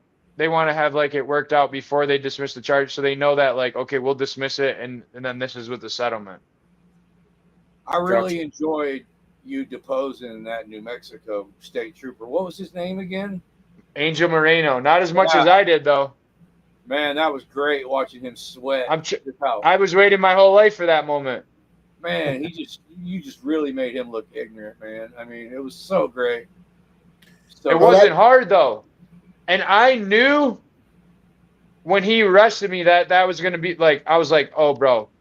I was going back and forth with my girlfriend. I was like, there's no way they're going to let me dispose this guy. Because I kept trying to ask for it, and they kept ignoring me. And then I got a judge's order, and they were like, yep, we'll schedule it on one of these days. I was like, there's no way they're going to let me ask this cop questions without a lawyer present. And they're like, oh, yeah, they're not worried about you. Okay. So he didn't, because normally he could have had a lawyer, but he was so arrogant. He's like, I don't need a lawyer for this guy. This guy's just some crazy guy. Wow. Sovereign citizen. That's why I play that role. Sorry to cut you off. Yeah. Prophet. That's why moving forward, kind of like after the last couple of days, like you'll start to see they'll start to see that whole crazy thing was just like some shirts from Walmart and shit. You know what I mean? And so, you know what I'm saying? Then it becomes, oh, I don't dabble in the First Amendment, bro. I'm a scholar. Yeah, definitely. And that's when reality sets in that courtroom. You're a constitutional law scholar, Lane. That's what I mean. But they thought I was just a crazy guy downtown running around, a homeless guy or something. Gotcha. I don't Let know me if ask you this real quick. Do you have a bar license? Or No. You're just self-taught pro se. Got you. That's my hobby. Like growing up, like when other people did other things, I don't watch TV. I literally read case law. I spend more time on Westlaw than anybody you know. Like I literally eat, sleep, Westlaw, repeat. And like I'm talking Westlaw in my sleep and shit. People are, like I'm literally like it's just my hobby. You know, like I like reading cases. I like hearing. It's just my hobby. I like reading how case law gets interpreted and all that, taking it all the way back to fucking 1780, you know? And so it's just so happens that when you're in jail, all you can really read is law books. Yeah. I just wanted to say this comment on the screen from Riot Hoots. Go over to Corners News and watch his videos. Anytime you get a traffic citation, you should go in and get their disclosure, ask for the body cams, and depose the officer. You might as well put them through the steps. Just make their life difficult if they're going to give you some kind of speeding ticket or, but check out Corners News. Whenever he gets pulled over, he deposes the officers that pull him over. And he's got some really good footage over there too. Love that guy. Definitely. All right. So New Mexico, you got in trouble. Well, technically you did. I got kidnapped, bro. What do you mean? Kidnapped. And you're by force. 3 days in the fucking Rio Arriba Chama jail. I didn't even eat. I literally ate an apple a day. Wow, that's where my property's at. Interesting. Okay, they don't like the white man there. No, for sure. So then you came back to Arizona, and which one of the charges was your first? Was it the O'Reilly? O'Reilly was the first incident. Okay, and then the second incident was the booing at the city council meeting. I went to the city council meeting to talk about getting arrested for O'Reilly's, but I didn't even make it up to get to my 3 minutes. So why did the city transfer that charge over to the county? Because it was the booing? Yes. Because again, because I filed them motions so fast that they arraigned me and I had my motions in, and then they put a pretrial 48 hours at the arraignment. So they fucked themselves because they were required to turn over all the evidence by the first pretrial, but they only gave themselves 48 hours to turn over all the evidence for the entire case and didn't realize it. And then we go to the hearing and they're like, oh, fuck, anything that we don't have, like we have no case. So they pulled some trick where they fucking sent it to the other court to try to get it all start over so they could get a new arraignment and then push out the pretrial. And then, I got them on that. The reason is because I already had a trial date set. So when they realized they had a trial date set, but they didn't turn over the evidence by the deadline, then it's kind of redundant. We have a trial, but we have no evidence to present. So let's go in the back room and do some things in the back room and fucking, make this case. Oh, you know how they do it. Conflict of interest. It wasn't a conflict of interest until I was winning. Then it was, but like I said, it's not a conflict of interest. It's a conflict of intent. Their intent was to fuck me over, and my intent was to not let them do that. So now we have a conflict, and let's send it to the Samantha Walker court, where then you got to go back to arraignment and lose the technical advantage you created by forcing them to have only 48 hours to turn over all the evidence because you arraigned yourself quickly. They wanted to try to bring it back to their favor, where now we got a month and a half to arraign them and prepare the evidence and do all that shit. And that's plays into why I got arraigned on Friday too, because they wanted an arraignment after 6 weeks. I wanted it after 1 week, because as soon as you get your arraignment, your time starts counting the clock. It's like chess. It's like my move, get arraigned, then you hit the clock button next to you. Now the clock's ticking, and now the state's on the clock, and they hate when they're on the clock because they like to take their sweet old fucking time with everything. And when you force them to do it fast and by the deadline, they're not set up to work fast and by the deadline because they have thousands of cases that literally they can't have it ready by that day because they literally have 900 cases ahead of you. So one comment says they continuously move the goalposts on you. Of course. Yeah. That's what and you got to just put the fucking deadline, get it to the deadline, and you just say, I'm not giving up my 180 days. And if it doesn't take place in 100, they're not set up to take you to trial within 100, even though the law and the procedures and everything says this is what's supposed to happen. They've been getting away with it for so long, doing it their way, that their system is actually set up to go their way, not the legal way. So they can't, that's what I'm saying. There's no levers they can start pulling to make people work faster or documents move quicker, because there's so many cases ahead of it that it's just not possible. There's no possible way. Yeah. Yeah. And 90% of people plea, and that's what they hope for. Because they can definitely get you a plea bargain in the 6 months, for sure. Oh, sure. Well, then that's the other thing too, is then they're fast tracking everything through the court, and they're just generating revenue. Once we want to go ahead and go to trial, that's when it costs them money every time they go ahead and try and litigate these things all the way through trial. So, and your plea bargain always gets better the closer you get to trial, not worse. Everybody thinks if you don't take their plea bargain, it's going to get worse. That's what they want you to think, because the closer it gets to trial, even they're going to be like, man, we just need to get this over with. Fucking give you a better plea bargain. That the plea bargain at first is like to make you think that, oh, if you don't take this, you're going to go to trial and get screwed. Well, what happens is the closer you get to trial, they get desperate and start offering you plea bargains that they're just like, please take this so that we don't go to trial and lose. Yeah, people like Lane and people like Corners News are absolute nightmares to the system, because you guys have learned their game and learned their rules, and then you guys don't have to spend money out of your own pockets for lawyers, so they can't use the process as the punishment against guys like you, Lane, because you actually enjoy it and find it amusing and find it fun, and you're better at their own game than they are. So they're continuously going to keep moving the goalpost on you. But my point being, you guys are the system's worst nightmare. And that's why they try to dumb down the population. And 95% of the population don't have a clue of what's going on in the courtroom. And, you're the system's worst nightmare, man. I was raised by the system, bro. I was raised by the system. I was educated. I watched it. I was raised. I know.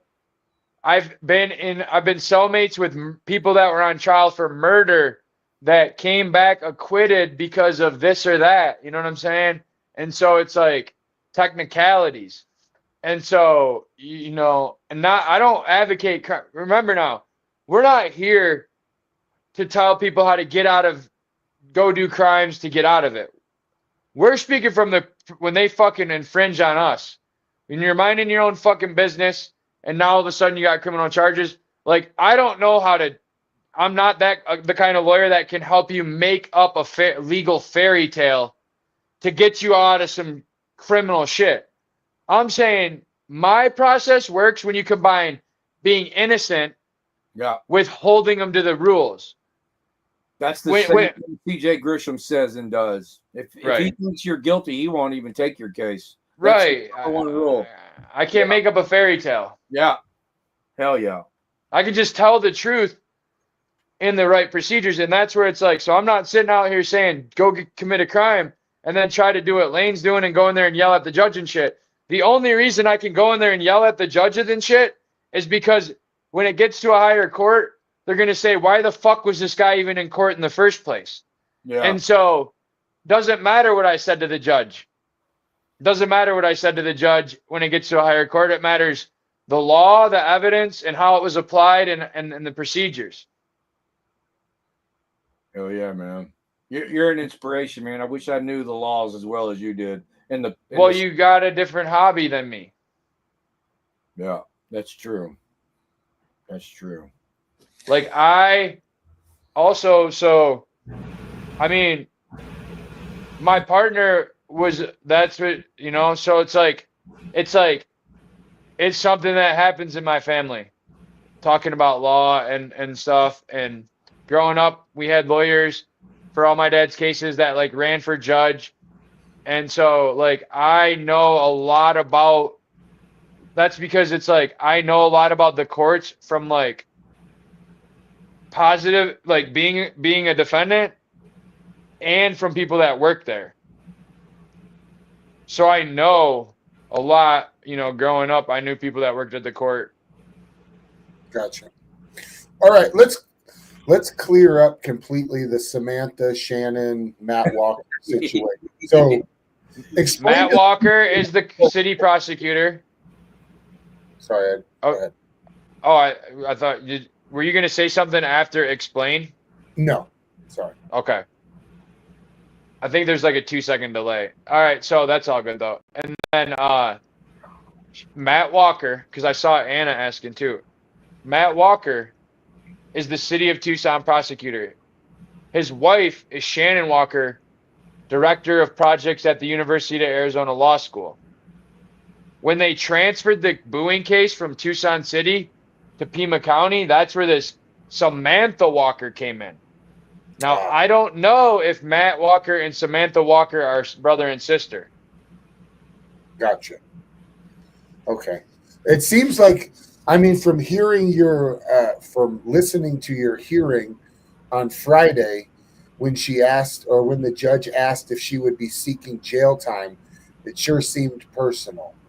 She said yes and looked at me, and I laughed, and she like looked and goes, yeah.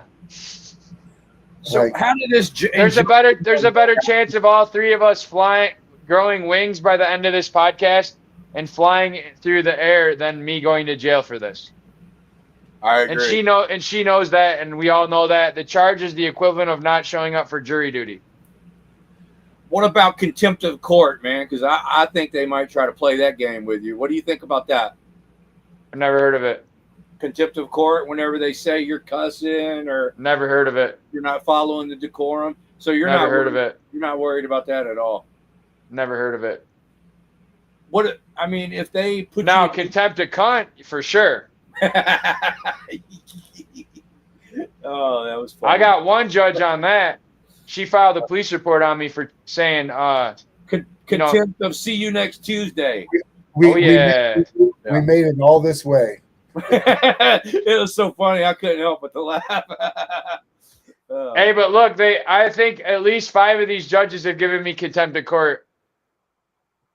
Yeah. Wow. Allegedly.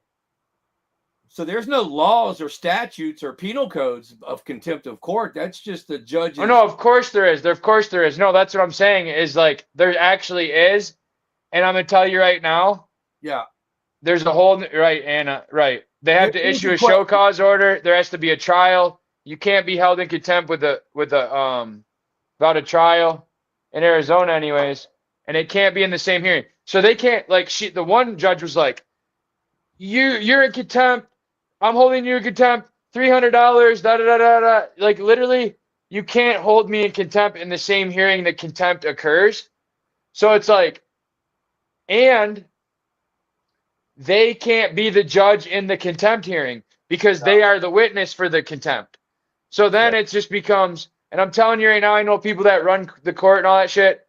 In 30 years, they've seen like one contempt hearing ever. It's because they don't, the calendar's so busy. When are they going to have this contempt fucking hearing? You know what I'm saying? And when is the, so then, okay, you want to have a contempt hearing? If the judge wants to charge me with contempt, that means she can't be the judge in my case anymore. She's now the complainant. So then there's going to be a contempt hearing and I get to question her. Hell yeah. Well, Her or him.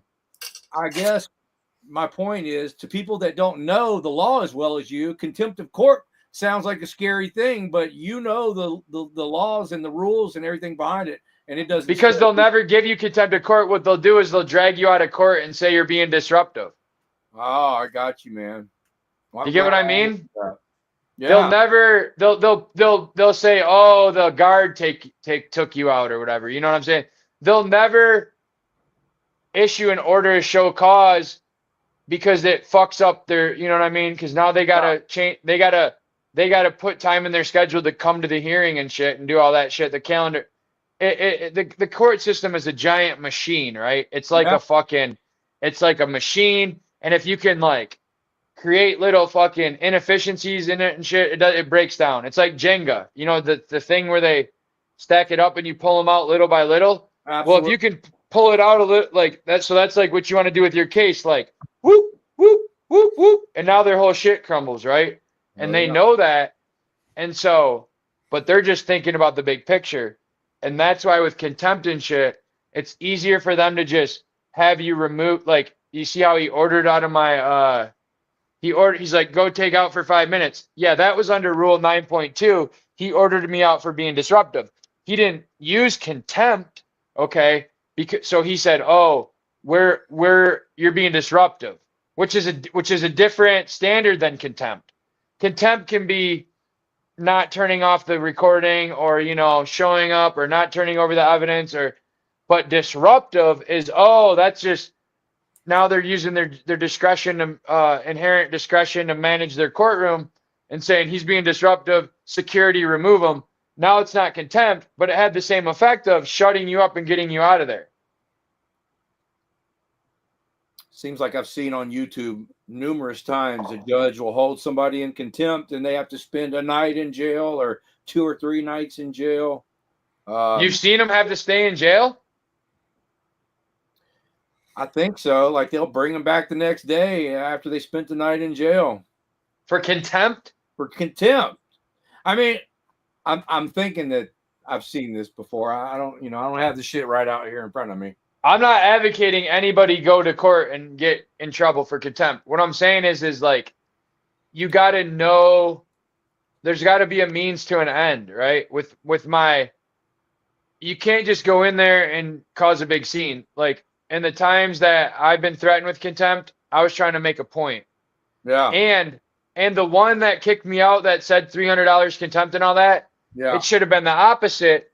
She should have did what the judge said and said, I'm taking you off the Zoom for 5 minutes. And then if you come back in and you're not disruptive, you get what I'm saying? Because that's like, there's literally a court rule called Arizona Rules of Criminal Procedure 9.2 for disruption of the hearing. And so like you get kicked out and then they have to ask you, okay, are you going to behave?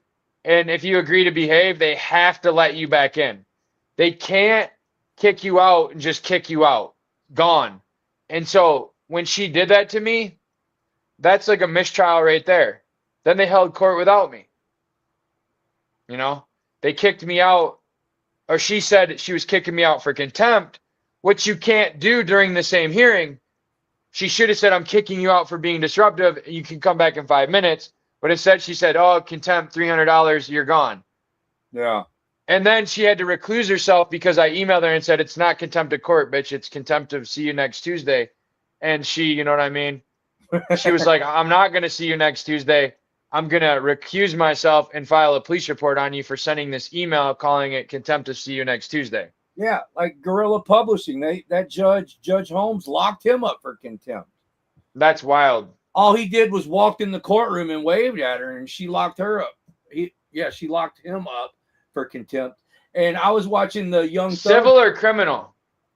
I don't know, but there's two kinds of contempt. Yeah.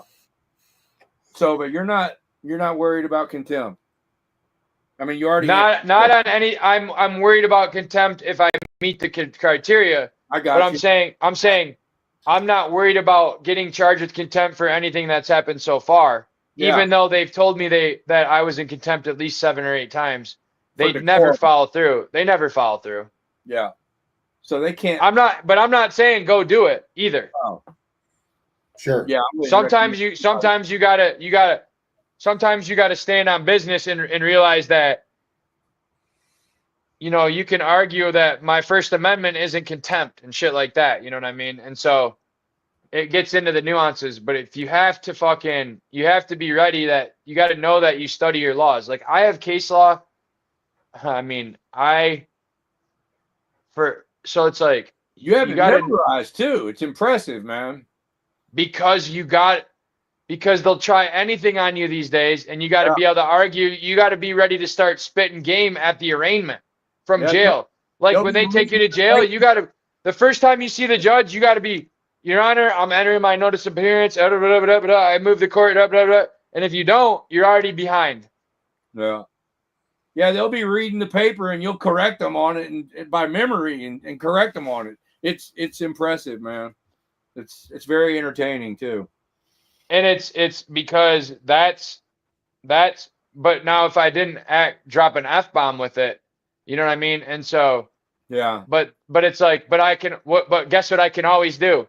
Not drop an F-bomb and still recite it off the top of my head. You get what I'm trying to say? So it's like you can't be too smart, but then it's like, all right, you gotta firm up not firm them up, but like test the judge on the first hearing, like, oh yeah, what you got to see the boundaries that he's going to put up, you know what I mean? How he enforces them, how he, you know what I mean? And then from there you work back, and then, you know, when you need to, you can go to it.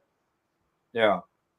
That's actually one of the questions that I wrote down. What do you say to the people who say that you would be more effective if you didn't cuss in court and stuff like that? What do you say? Of course. I agree. Yeah.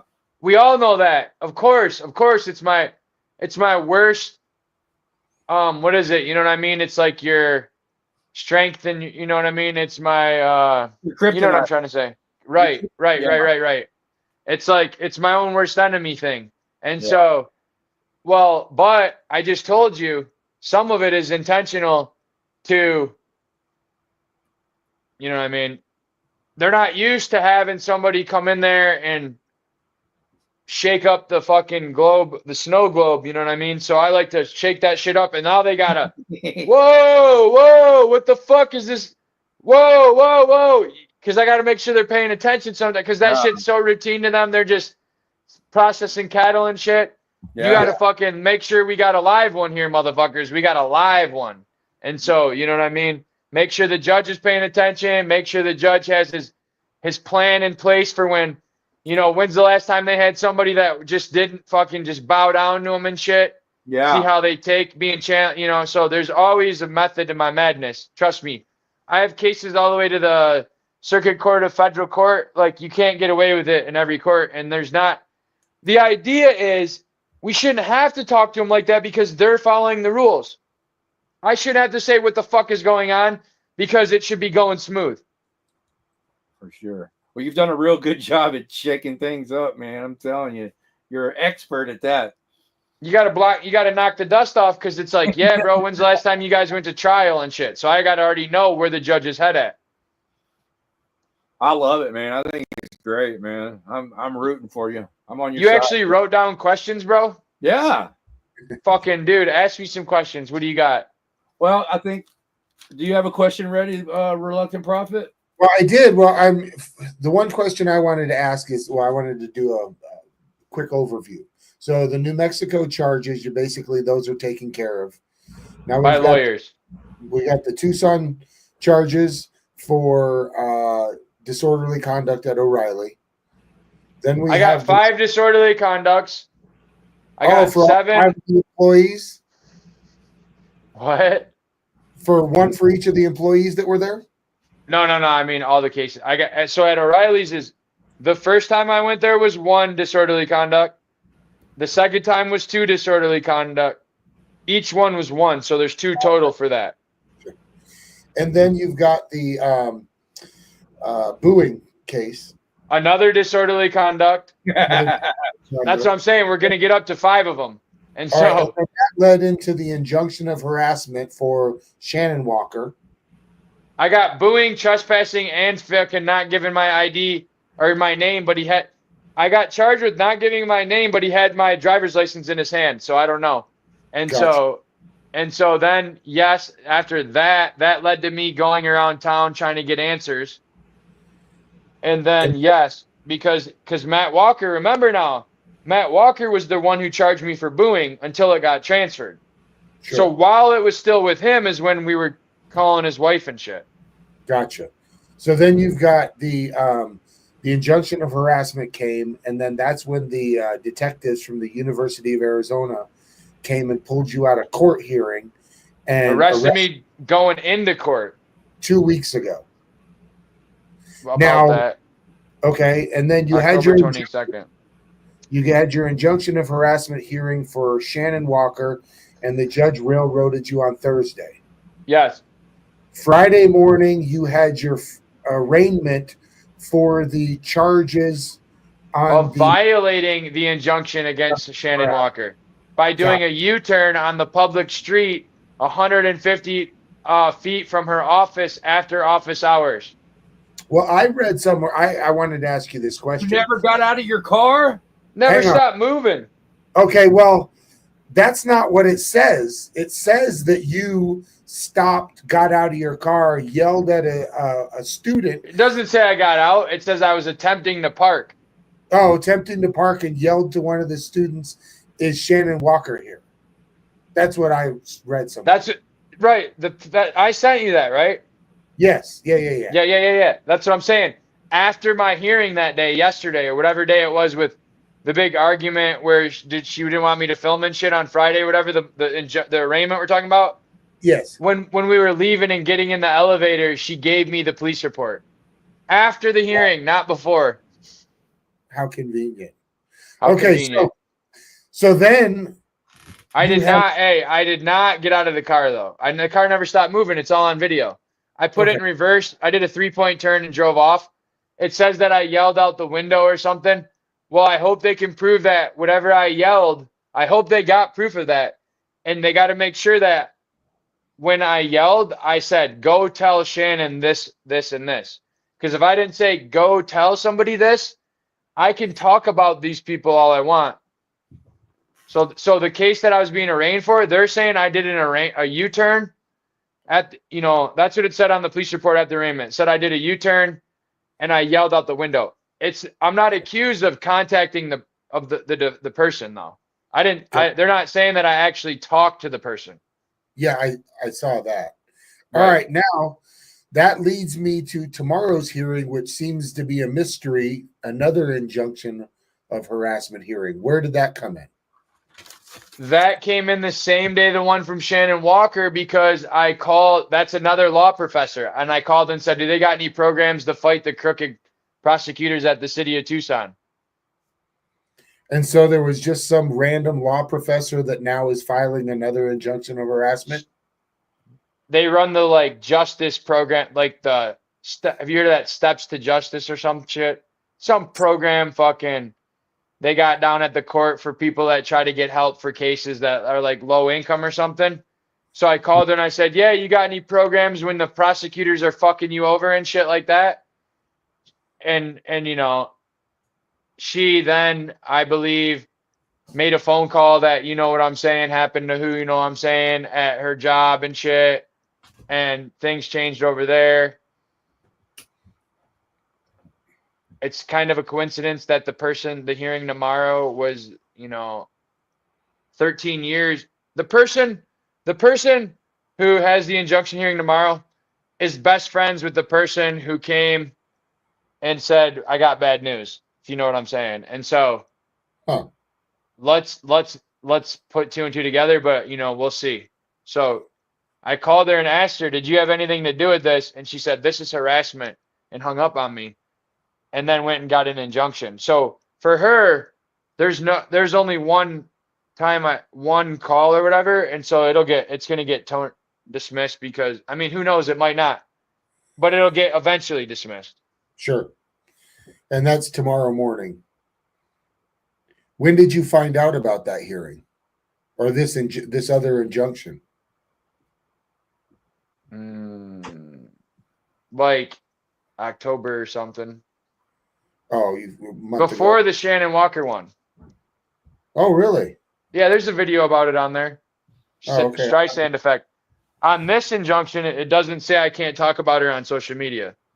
Okay, gotcha. Yeah, I'm going to have to edit up some of your videos. I like your videos, but the one that says Streisand effect, Stacey Jane, that's the person who has the injunction on me. Okay, gotcha. But the injunction only says that I can't call, text, or email her on her personal numbers and shit. It doesn't say that I can't make social media or nothing. And she didn't say to take my guns or nothing either. Oh, okay. And who is the judge tomorrow? It's at City Court, right? It doesn't say. It doesn't tell you who the judge is. Oh, that was that one where it was a strange name on there. Okay. It's the one where it says where the judge's name, it says courtroom 1. So judge's name, courtroom 1. Oh, okay. Gotcha. All right. Well, what I was going to ask next was, you answered a lot of my questions that I had, in your first, when I started asking you about your family. So that's great. But I wanted to ask, I wanted to ask the chat if they had any questions they wanted to ask Lane. I got a couple of more questions. Hit me up, bro. Let me know what's up. And hey, we didn't share these ahead of time. I had a whole page written, but between the ones I already asked and the ones Reluctant Prophet asked, I've done scratched out that whole page. But I do have two more questions. Hit me up. I'm going to make it a several part question. So your wife was a judge, and then I heard not a judge, law clerk, a law clerk. But then I heard you recently saying that this woman, either Samantha or Shannon, got her fired recently. So can you explain what her position was as a law clerk and what I can't really talk about all that. Okay. Yeah, because it's not really my story to tell. Okay. Well, I heard you mention it, and I was just curious as to what it's one of those things where I have to do what's in the best interest of her. Not talk about it because it's around town, you know what I mean? So she was a law clerk for a judge, not a judge. No, she was not a judge. But a law clerk for a judge. I got you. Okay. Yeah, if you don't want to talk about it, dude, that's your business, man. Yeah. I mean, I have to respect the other person involved, you know what I mean? Yeah. I got you. You get what I mean? Because they still got to go to work every day. 10-4. I respect that. If you don't feel comfortable talking about it, then that's good. Now I will say that if that person wants to talk about it, I'll put them on here. When you say that person, who are you referring to? The person that we're talking about what happened to. Your wife or the one that got Yeah, that's what I'm saying. If she wants to talk about it, she can, but I can't. All right, well, let's just change the subject, man. Let me look back and see if I have another question somewhere. It's one of those things where, like, ultimately can't associate with me with all that because, professionally it's not a good. Yeah. Okay, so can you just refresh my memory? What did you do to get this injunction of harassment? How did that happen again? Which one? Oh, the one that you recently went to court for 2 days ago. Right, the one that we had the hearing on? Yeah. Because I called and left a voicemail on a public employee's voicemail, right? That was it. So look, the person was she's the director of law school. Husband is the prosecutor in my case for Boeing and for O'Reilly's, right? And so I call up there and I'm like, hey, do you got a program for crooked ass prosecutors or something like that? I was like, because she's the director of special project. I was like, hey, do you have any special projects for when the prosecutors are railroading you? And and the prosecutor's her husband, right? So then that's the only voicemail I ever left. I've never talked to her. I've never met her. I've never anything, never. As she even said at the hearing, the judge goes, well, did he tell you? And she goes, well, actually, I've never met him. I've never talked to him either. So I don't know. And so, and then after I made the voicemail, and now mind you, I didn't do any of this on YouTube, right? Yeah. I didn't call and leave the voicemail and then go and release it on YouTube.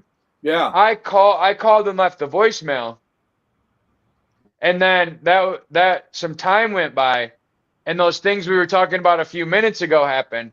And Yeah. then I was like, "Oh, I'm going to go now. I'm pissed, right?" And I made a video saying, "Hey, I think this person might have had something to do with it," right? And that's when she said, I want an injunction. That's when she got the injunction for harassment. Yeah. Saying that my YouTube videos said where she works, showed her work picture. Now, she's an employee of the state of Arizona. Showed her picture, showed her, work address, all this kind of thing on her work website. She went and got a judge. Now, remember, wait, I skipped a part of this. Her husband came to court at one of my hearings and tried to get the judge to order me. Basically, he tried to get the judge to order as a conditions of my release to not be able to talk to or make videos or say anything about his wife. And the judge said, I can't stop him from doing that. So I thought, okay, I'm fine because the judge just said it's his First Amendment right. He can do that, right? So what do? They go to another court and find a different judge and give him the same story. And that judge issues the thing, right? That judge issues the injunction for harassment without a hearing, without hearing my side of the story, with no evidence. She just wrote down on paper that he made YouTube videos showing my work email and my work name or my work place of employment, shit like that, where I work, what I do. And then people called her. And because people called her, then she used that as the reason she wrote on the paper, oh, he made a YouTube video and 6 people called me. I need an injunction. Shouldn't the injunction have been against the people she called, because I didn't even call. I called one time a month before that. And so somehow you're supposed to have more than one act, but my one call plus other people calling became enough for them to get the injunction. And then we go to the hearing and the judge upholds it saying, well, I'm going to count the things other people did as the act you did. So what's your next step on this injunction now? The one that was the other day? After he upheld the injunction, what is your next step on this?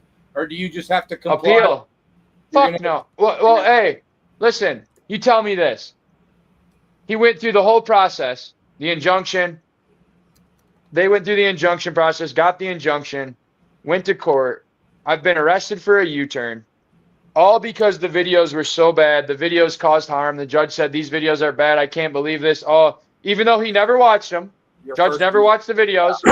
He said, but he said, for everything. Right. He said, oh, the videos, I know. And he said, okay, I really feel bad what happened. I really feel bad that, I really feel bad that he made you feel like this and I made you in his feel. And I feel that you feel that I feel that you feel that he made you feel that we feel that he made you feel. I feel he made you feel how you feel. You hurt their feelings. I hurt their feelings. And he agrees that's terrible. But those videos that brought your children and you and all this harm and these people I can't make him take them down because it's his First Amendment right. So what are we even fucking doing here if they're going through all that? It makes no sense. So your next step is an appeal. And I'm criminally charged So it went from civil. This is a civil matter, a civil injunction, where I made these videos and they got an injunction, and I violated by doing a U-turn, and now she wants jail time because of the civil injunction that was based on my videos that the judge didn't even tell me to take down. So I could be sitting in jail for a U-turn while people are calling her based on my videos that are sitting there on my channel while I'm sitting in jail. What did they charge you with? Violating the injunction? Yes. That was the charge? Yes. Okay, so violating a court order. Where's your next step? Where do you appeal this to? Because a lot of us don't understand this shit. Appeal what? Which part? The criminal or the civil? Like the judge that railroaded me the other day in the civil thing, he said, "Oh, your videos," and I got up and walked out. Yes. I'm going to appeal that. Appeal to appeals court. I'm going to need to pay $300 for a special action. You pay the appeal, you submit all the shit, and they rule on it. All right, Lane, and I'm going to win. I wanted to ask for violating the injunction. That's your court date tomorrow morning? No, my charge for violating the injunction, I was arraigned on Friday. There'll be another court date in December. Okay. The court date tomorrow is in the injunction with the other university employee professor who's an employee. Or what, you know what I mean? Employee who's a lawyer, I meant.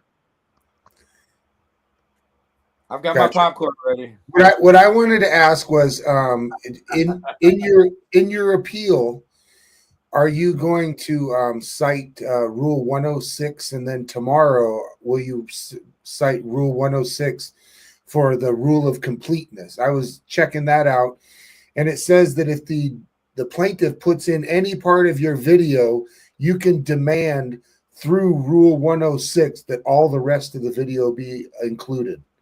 That's the completeness thing, though, applies where I would have had to argue that I wanted mine and I tried to. Like, you can't argue, like, you can, in the 106 thing, I would need to say that I want the complete video in there, and I did try that, but ultimately, it's on her to prove, right? So, it could backfire where, if we just focus on, I would prefer to just argue what she wants to argue, because he might watch the whole video and find something that he didn't like to use against me, that wasn't even the part she wanted him to see. Gotcha. And so I'd rather just say, what are you accusing me of? Let's argue, put your videos up there and show me show me where you got your feelings hurt, and then I'll explain the part where you got your feelings hurt. And because, the whole video, he might be going, this guy's a fucking nut job. You know what I'm saying? Sure. That makes sense. I understand. Gotcha. But I thought that was kind of interesting. 106 for completeness tomorrow. There's no YouTube videos. Oh, there's not for this one? No, tomorrow I never made a YouTube video about her until after the injunction, because it didn't say I couldn't. And so with her, I called her one time within the period, and she told me, don't call me, this is harassment. I never called her again. So to me, there's not enough I only called her once. And I have the voicemail, and it's on the video, and you can all hear what I said to her, and it was nothing. You have the right to call anyone. You have the right to call anybody's phone number. And if they tell you to stop calling, then obviously. That's different. Yeah, absolutely. All right, we got one question from Raya Hoot. He wants to know if you are aware if is procedure in traffic court important? Raya Hoot's audits I'm closing some browsers. Go ahead. I've never fucked with traffic court. Okay. Especially is he talking about in Arizona?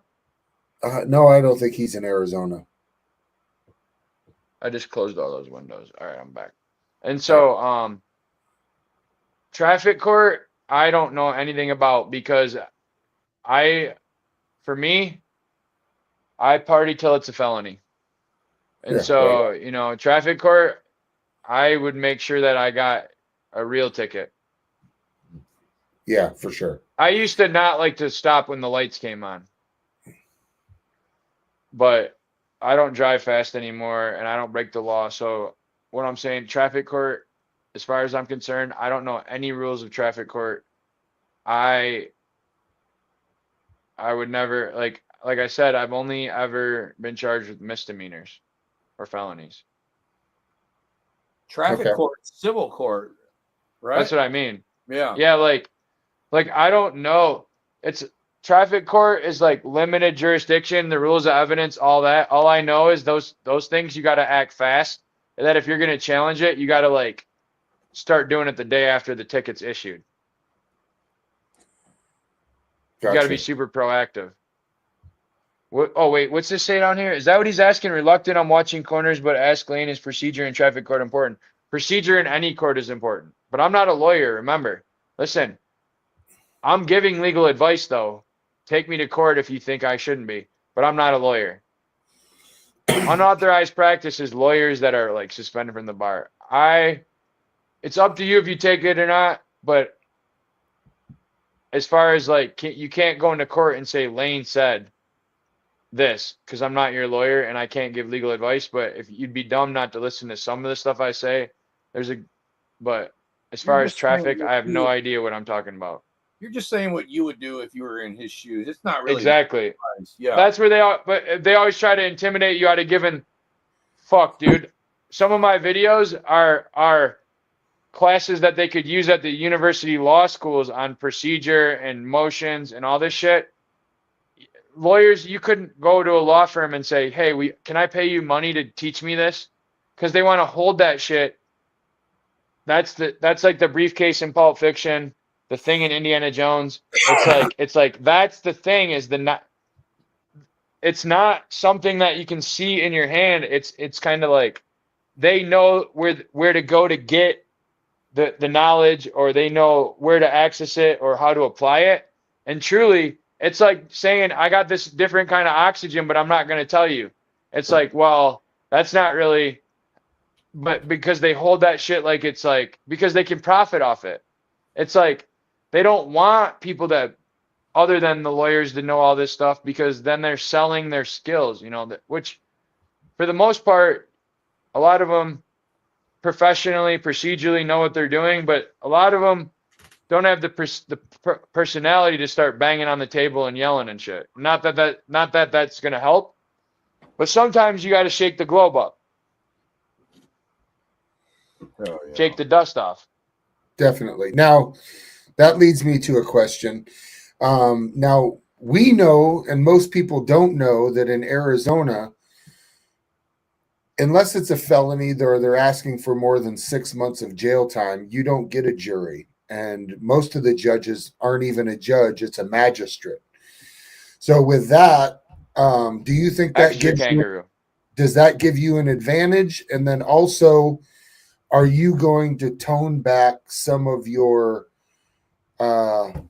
language to try and, obviously it's a chess match, and at the end of the day, you're going to need, unless you're just hoping to go to an appeal and let these people convict you, or curious on what your strategy is. Which case? So there's a different strategy for everyone, huh? I think I have 9 charges or something. Yeah, for sure there is. For sure there is. Like, which case? Because now it was a 2-part question. So the part about, am I going to tone it down a little? Yeah, because we're getting into the serious phases. These pre-trials and shit are just, you know what I mean? Kangaroo shows. But no, when it gets into the trial. So I'm planning to beat it on motions. If you're talking about O'Reilly's, they fucked up the evidence. Like, whether I get convicted or not at the little kangaroo trial, I won't get convicted upon appeal, because it's already a mistrial. It's just, I just wanted to try to get depositions and embarrass the cops and get that shit for use for the civil lawsuit. The booing case, that one, I don't know. I might hire a lawyer from Phoenix. Really? Wow. Because I mean, the fact that, like, I mean, it couldn't be any more malicious than it's like, well, I have all the motions and I've already filed them, but if they don't, but now that it's in a court where for lack of a better term, I have a law degree, the prosecutor has a law degree, but the judge was a school board member before they were a judge. We're not even arguing the law, really. We're arguing feelings. So it's like all my legal arguments don't matter because the judge doesn't even understand them because they don't even have a law degree. So it doesn't really matter because it's going to have to go to the court, the higher court, where they're going to start breaking down the legal arguments. So what I'm saying is in this one, it's falling on deaf ears because the judge was a school board member and she's a woman, and then the prosecutor's a woman, and I said some bad words, and so now I'm like a crazy guy. But the case with O'Reilly's, the judge is a fair Rioas, whether he's fair, whatever. What I'm saying is at least he takes my motion serious. If my motion meets the rules, he grants it. If it does, you know what I mean? Whereas over here, I've put in all the right things and I've done all the right things, and it's falling on deaf ears because it's going to a school board member, not a judge with a law degree who's been a judge for 25 years. And so at the justice court with the booing case, the judge is a feelings enforcing school board member. But the case from yesterday, Judge Ball has a law degree. Yeah. So with Judge Ball, you can make legal arguments and that's what it'll be based on. Whereas Judge Foster in the booing case, she's only been in there for like a year, and she was a school board member with a bachelor's in social work, and now she's arguing constitutional case law about booing at a public meeting and all that. And she goes to dinner parties with all these people, and it is what it is. And so we got to make sure that my arguments are filed and all that. And I'm saying with that, it might be time for a lawyer to just go in there and waive the secret handshake or whatever and get that out of there, because I'm already set up for the appeal. Gotcha. And then in the other cases, like, am I going to tone it down? Yeah. Because a lot of this stuff is about to be over, and it's going to be the civil lawsuits. The O'Reilly case is not, I'm not going to get convicted. The booing case, they might try to, I couldn't see why they would do it, but they might try to prove a point. But that's why we're doing this podcast. That's why we need to get like the O'Reilly case I can handle. The booing case, like the O'Reilly case isn't like, doesn't apply to everybody that's an American citizen. The O'Reilly case is like something that happened when I went to O'Reilly's, right? Between me and them. The city council meeting, this could be anybody. This is the meeting, the public meeting. There's not an expectation of not getting an argument at O'Reilly's, blah, blah, blah. That's between me and O'Reilly's and the little kids and all that. And I can handle that in court and all this.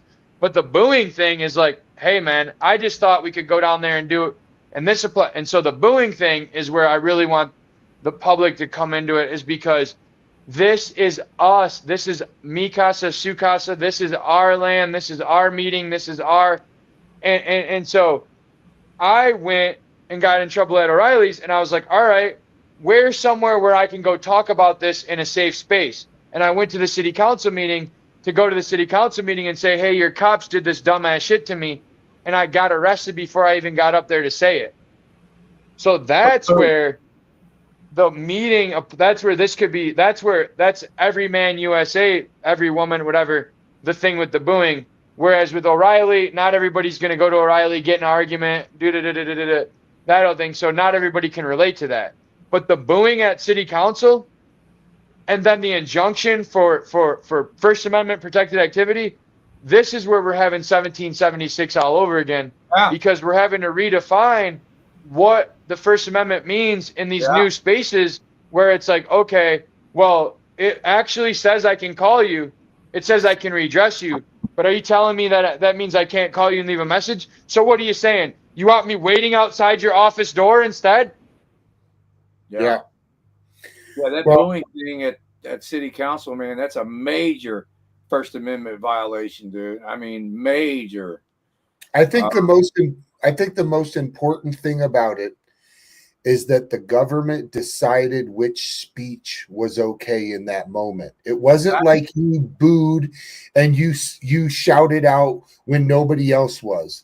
There was obviously There's an obviously was a time for the audience to respond. The mayor was Designated time of expression. It was a designated period of expression. It was first we give our announcement, time, place, and manner, right? Hey, man, I know you want to get up and boo in the middle of us talking about LGBTQ, but you got to wait to the end because there's a designated time, place, and manner for you to express your First Amendment protected liberty interests in this public forum. So the designated time, place, and manner is you let me speak, and when I get done, you get your little fucking rocks off with booing or clapping or expressing your, and then when they start the next one, you sit there and be quiet. When I get done, that's the designated period of expression. They have to leave. They can't just say you're not allowed to clap or cheer. They can say during a designated, and so then it's like, okay, we do our little speech. You get to cheer, which also means you get to clap or boo. I mean, excuse me. Sure. So, first of all, the mayor just wanted you removed, which was a violation of your rights. But then the fact that the officers outside, as soon as you said, well, go ahead and arrest me, then they decided to arrest you. Like, I dare somebody to go up to the next cop they see and just say, arrest me.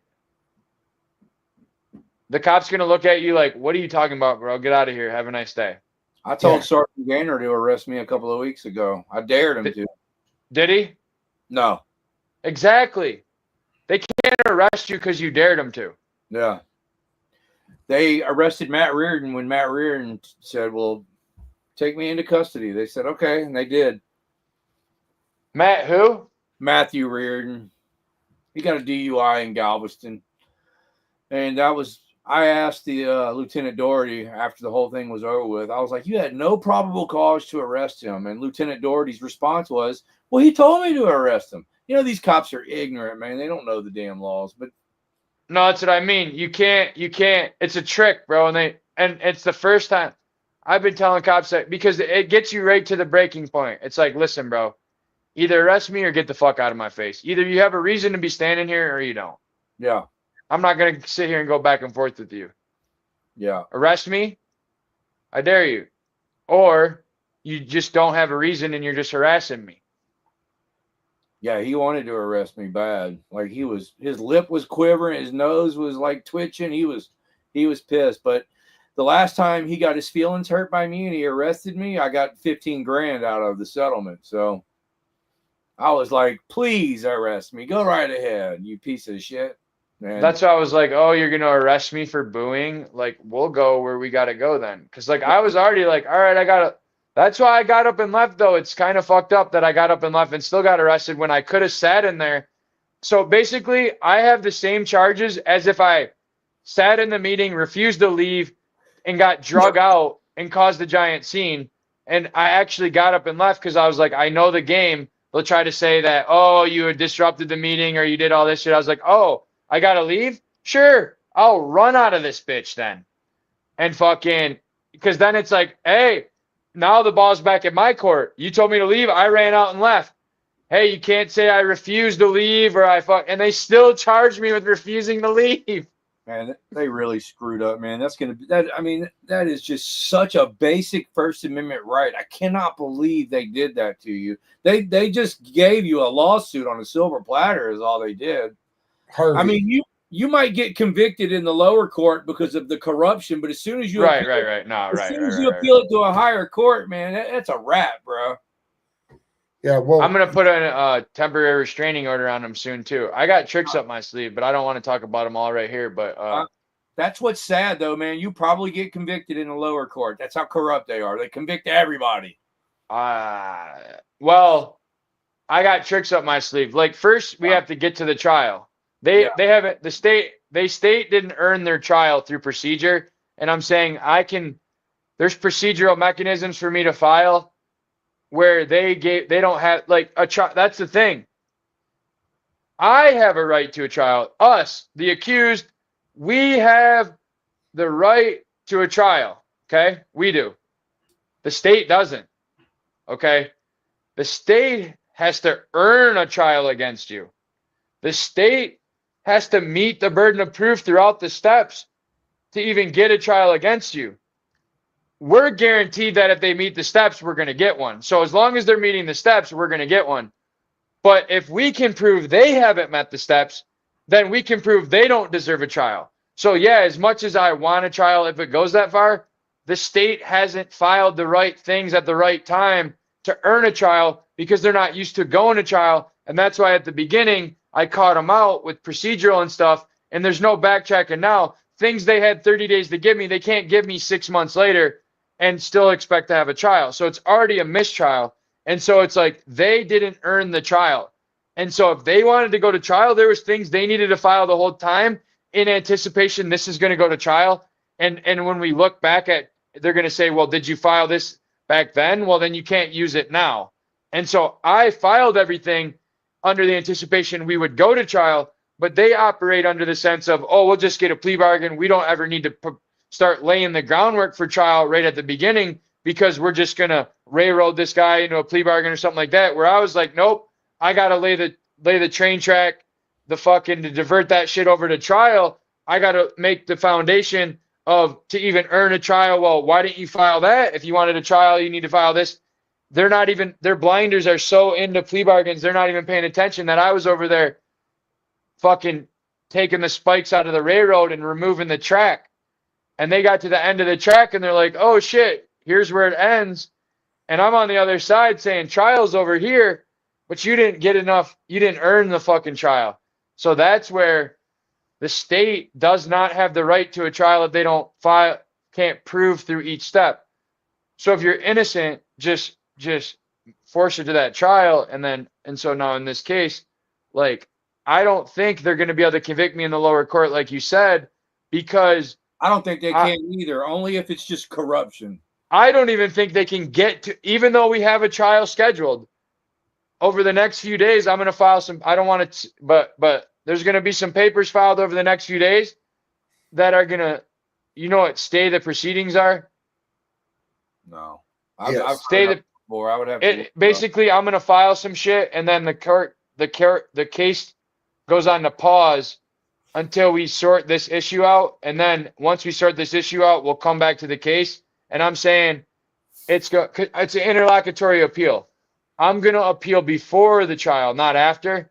Yeah. And that's going to let me, because I laid the foundation where now I even get an appeal before trial because I can show that they didn't meet the burden on the procedures to earn a trial by filing an appeal ahead of time saying, hey, this is already a mistrial. Don't let this go to trial and dismiss this case. They put themselves really in a bad situation by transferring it over to justice court. Yeah. They arraigned me after 109 days. 30 days is the limit. 109 days, like 35, 40 days, you can say, oh, well, the calendar, the holidays, the things.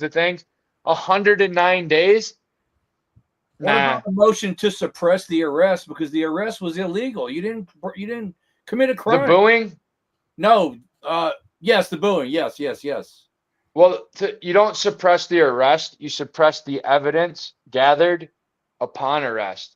And there really isn't anything they're trying to use against me that there's no, but because the reason I don't need to suppress is it's motion in Arizona. That's Rule 16 when you want to suppress the evidence because it wasn't constitutionally gathered.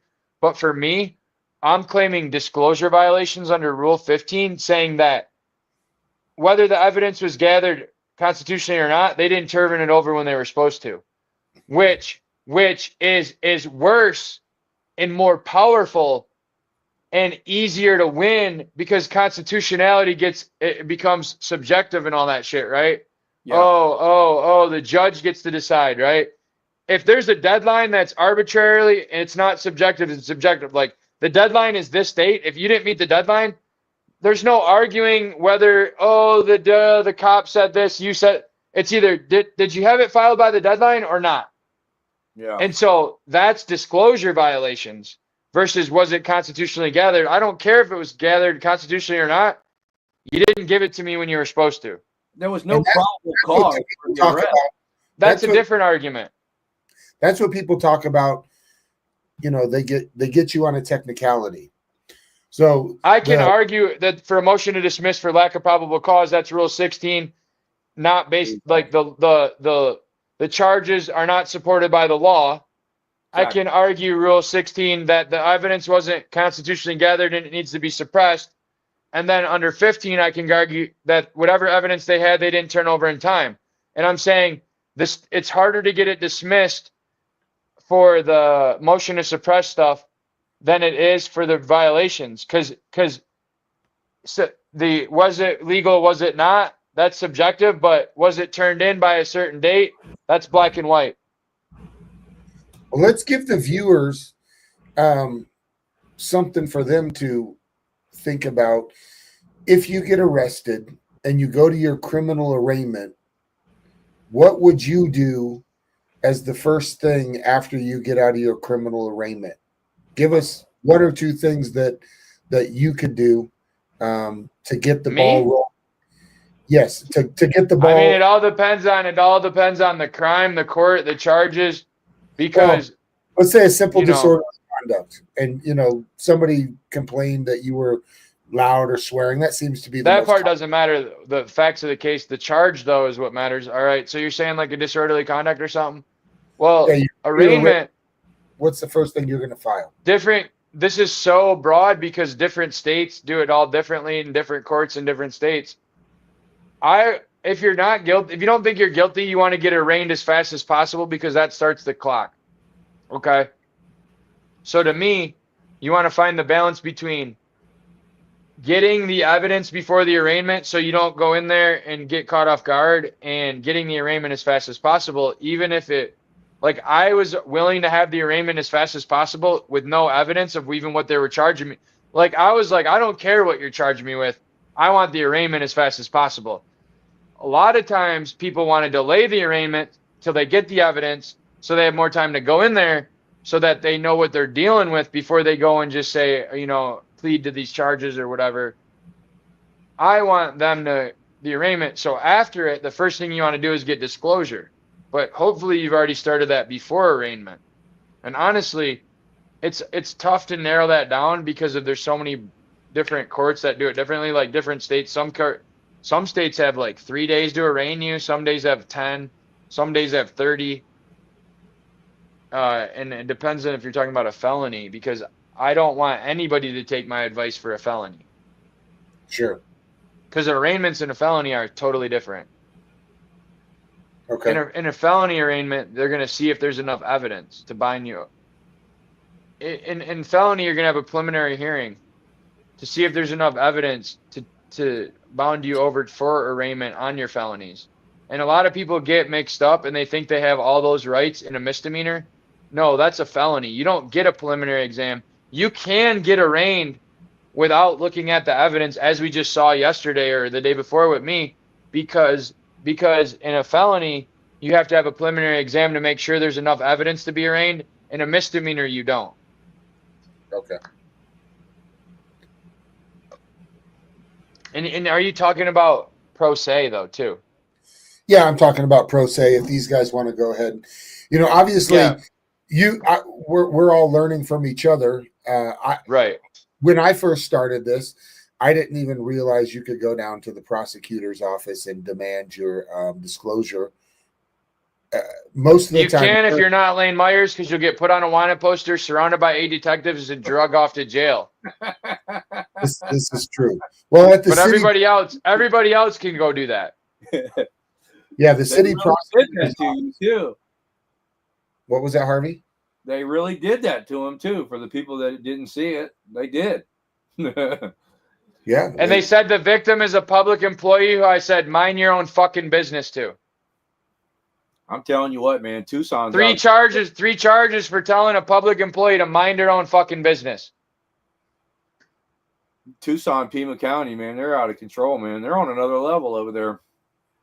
Well, they never met nobody like me. What happens is see, they're so used to dealing with people that are actually, slipping through down there in the wash, that when I go in there and I go buy some dollar store things and Walmart shirts and go down there and pretend I'm one of those guys that's, you know what I mean? And then they're like, oh, we'll just give them the treatment. And then they realize, oh shit, and then now they don't know what to do because they tried the normal treatment, and it's like, whoa, now what? Like it's like, oh, you're gonna take me to jail, huh? The jail's gonna let me out in 15 minutes because they don't have a place for a guy that's not violent, not drug, not. They literally don't have a bed for me, and so I'm not gonna commit any crimes that are gonna be so bad that the judge says we can't release you tonight.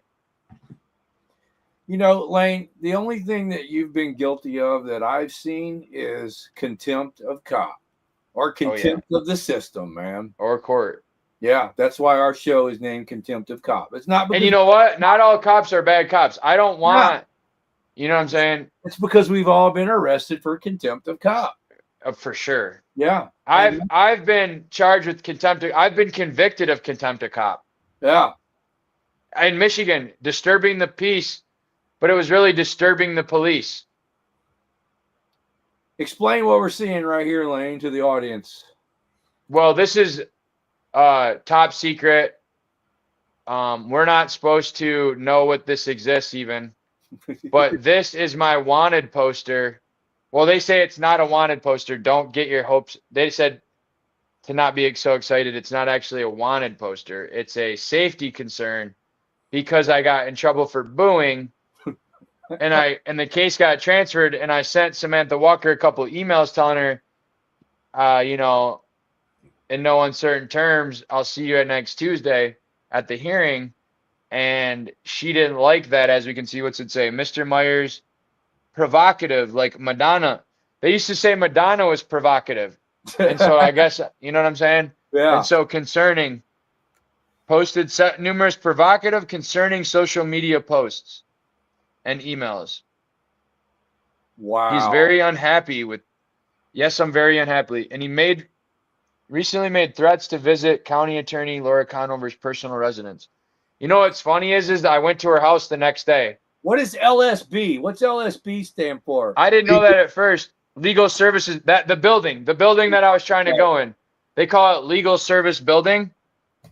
Like, this is insane. This is what they do in China, man. This shit. Hey, and that poster, when that poster was made, for booing, that's all you did. Boo. That if you look at the date of that poster, 9/12. Okay, let's coordinate a couple things. On 9/12, the day that poster was made, is the day I called Shannon Walker. It's the day I called the other law professor. And it's the day that will go down in history for some other things. And so, now remember, I had never been to that building in my life when they put that poster up that says I wasn't allowed in the building, and if I come there, call the detectives.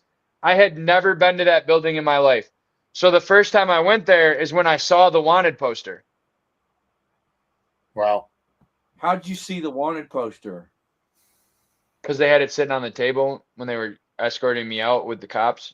Oh, I see. The first time you ever saw it was your first time you were in that building. The first time I went there, I went to go in, and they're like, oh, you can't go in. I'm like, what? What the fuck you mean? And he was like delaying. And I'm like, what's the holdup, bro? I'm about to just walk in past security. There's only like 5 minutes left. I need to get this paperwork done. So he goes and lets me in. But while I'm in there, the detective shows up with a backup of a legal secretary. I was like, what's your name and badge number? He's like, oh, he's just a legal secretary. I was like, so what's his name and badge number? He's like, he doesn't have one. I was like, oh, so he's not a law enforcement? No, he's just the legal secretary. So he came to drag me out of the building with the legal secretary. And so when we get downstairs, I see the security guard had my wanted poster over at the security station. So I was like, wait a second, that looks like me. And I walk over there and I start taking videos of it. You would have thought they would have grabbed it and closed the book and like not let me sit there and film it, but they let me sit there for like 3 minutes, film my own wanted poster, read it out loud on a live stream, and then leave. So then I get home and I send it to everybody like, yeah, I got this fucking live stream. I mean, I see this thing saying live stream, this wanted poster. And then it says on there, don't let anybody know. So I'm thinking, oh, I'm not allowed to go in the building. All right, watch this. I'm going to go back there and see what they say. because I'm allowed in that building, and I haven't even shown everybody this yet. Where's it at?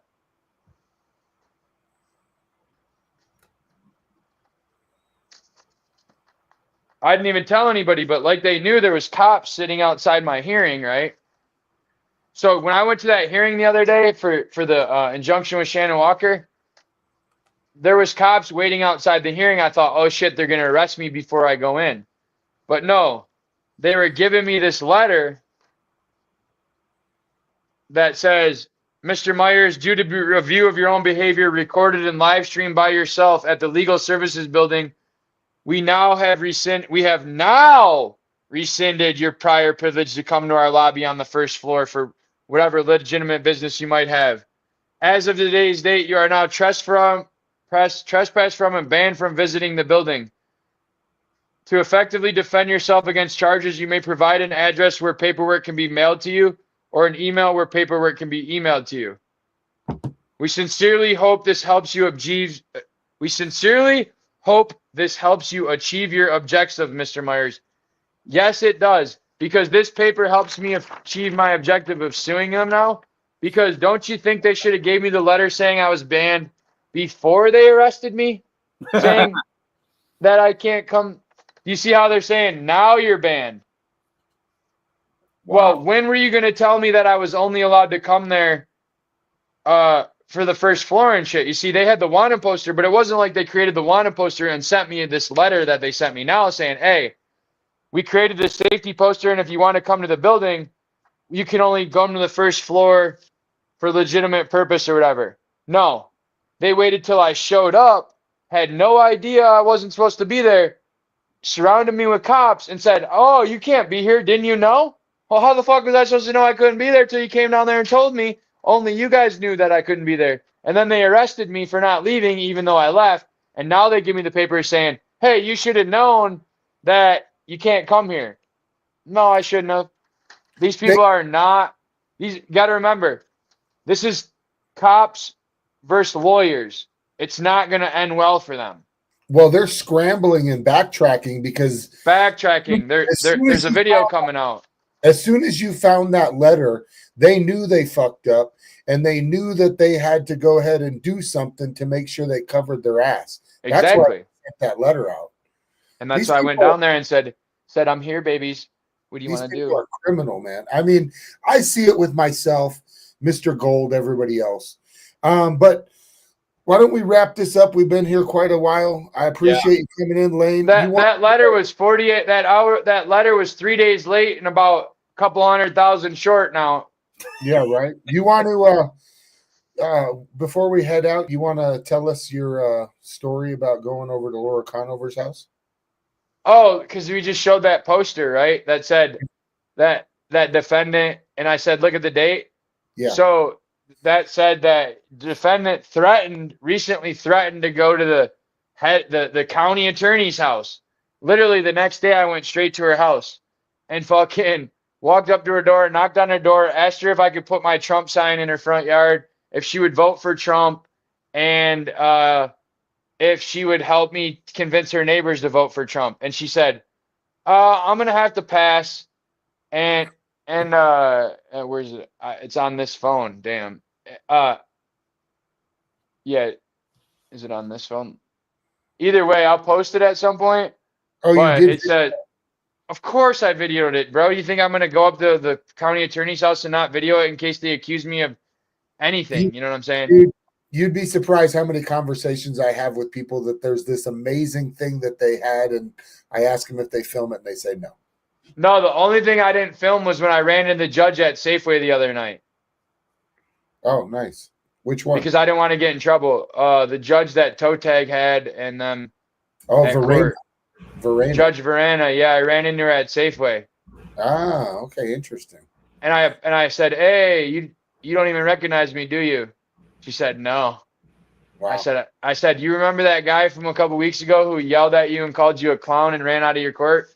She said, of course I remember. I said, yeah, that's me. Another injunction. And she goes, and I go, yeah, I'm really sorry. I did apologize though, because you never know, and they talk amongst themselves. So it's like, hey, let me apologize for the way I handled that. You know, it's one thing when it's so then, you know, I'm not going to take videos of the judge at Safeway with her 8-year-old, I don't know how old, but young daughter. Yeah. That's when they start saying you're stalking them and shit and doing crazy shit. So I'm not trying to do that. But, you know, I went to Laura Conover's house and asked her those questions about the signs and all that, just because it was election season, right? But Sure. what's funny is that they had a wanted poster saying to be on the lookout for me going to her house. And I literally went to her house the next day and nothing happened. Crazy. It wasn't even like they were like, "Oh yeah, you went to her house." And what's even crazier is when I was standing in the room saying, "That's me on that wanted poster." He goes, "Oh, that's not even you." I go, "Bro, that's me." And he goes, "That's not you, Mr. Myers." I go, "Man, that's me." And he goes, "No, that's somebody else's wanted poster." And I'm saying, "All right." So I'm thinking that's why they didn't cover it up. But wouldn't it even be worse if it was somebody else's? Yeah, yeah, absolutely. I mean, that was the worst case of gaslighting I think I've ever seen. Hey, Anna's been asking, do you have, I put your Venmo up in here. Are there any other ways that people can help you out or support you? I'm gonna start a thing that now that I saw that Give Send Go has got people on there from the January 6th and shit. Yeah. Because I didn't know if you could do a fundraiser for legal without getting in trouble. Gotcha. Like I didn't know if you could do a GoFundMe or whatever for legal expenses without people trying to get you shut down. I think that there's some other people that have been doing it that have gotten away with, you know, it's and been successful. So, so if you Because start, my charges are so fucking low level and it's booing. yeah, There's people on there for the January 6th and shit. If I start a Give Send Go to get a lawyer or something for the booing, then I don't think they could take that down because it's not like violence or anything. yeah, absolutely. I would definitely give it a go. All right, so you're going to be down there tomorrow morning for your hearing at 9:00 Mountain Time. Is it? Are we on Mountain now? We are on Mountain now, and me and Harvey are going to try and get into the Zoom hearing and stream it. If not, we'll restream. How do we get the info? For what? The Zoom meeting? I don't know if it's a good idea to announce this to everybody. Yeah, I hear you. Them watching, they're going to be there and they're at 7:00 in the morning complaining and whining about it. We can't let them do that. But like we said, I mean, they obviously think they're in the right, you know, and they hold the moral high ground. They should want themselves to be seen. That's what I don't understand. It's like you caught them, bro. I thought the whole point of the news was to like scare people from getting in trouble. Hey, if nothing else, we can restream his stream because we know he's going to be broadcasting the audio. If they let me. Yeah. They have to let me. That's the point. So I can't keep having my hearings turn into Supreme Court hearings. Yeah. Well, city court is definitely tougher than the Consolidated Justice Court. I do know that. I mean, just from Tuck and Pigs Under Pressure and them guys, they have trouble just even audio recording. So we'll see. He's had the argument in his last 2 courts and won both times. So last 7. Well, you can. I would use last that. 7 hearings. The last 7 hearings, I had to argue about the rule. It's letter H, right? 122H. Is that it? 122H, and every single time I come out successful, but we waste a bunch of my fucking time, and the judge gets pissed, and it's just a shit show. It's like going in there and arguing the something the Supreme Court already did every fucking time. Harvey's been watching and paying attention. I knew it. 122H. Yeah, Arizona. It applies to every court in Arizona unilaterally, whether it's Lane Myers, Harvey, Prophet, anybody else. It's the same rule for every court in Arizona. So why are we sitting here arguing this? Yeah. Cool. Well, we'll be watching. Well, thanks for coming in, Lane. I appreciate it. For sure. Thanks for getting my story out there. Yeah, giving everybody a And remember, kids, just because Lane Myers did it doesn't mean you could. I do not condone my own behavior. Yeah. The process he's going through is hell. But, I mean, like I said earlier, he's the system's worst nightmare because he can fight back. He has the knowledge and the know-how, and he doesn't have to hire a lawyer. And he is Because it's all right here. So Yeah. if they take me to jail and they make me sit in a jail cell till I see the judge, it doesn't matter because when I see the judge, I'm prepared. He still has it right there. A well-educated and well-informed population is the government's worst nightmare. That's why taking me to the jail for 12 hours to just to go in front of the judge, and then the judge is like, well, this guy, he knows, he knows the law. And it's like, well, like that joke, it's not even a joke, it's fucked up when they say, well, you can beat the car, like they're gonna take you to jail and Yeah, you're probably gonna get off the next day, but like at least they're gonna get to take you to jail and shit. Yeah, definitely. You To can. beat the rap, but not the ride. That's it. All right. On that, let's end it and tune into Mine is Harvey's. We asked this is a public service to come over tomorrow morning and join us on the live stream. If not, you can go to Lane's channel. He'll be audio streaming it. And if we can't get the video, we'll be audio streaming from his. Everybody had a great night. And thanks again for coming in. Harvey, you got anything? Don't get arrested for contempt of cop or contempt of judge or contempt of prosecutor. Unless you're Lane Myers, then you can do it. Don't do it if you're Lane Myers either. Have a good night, everyone. All right, everybody. Boo. Oh.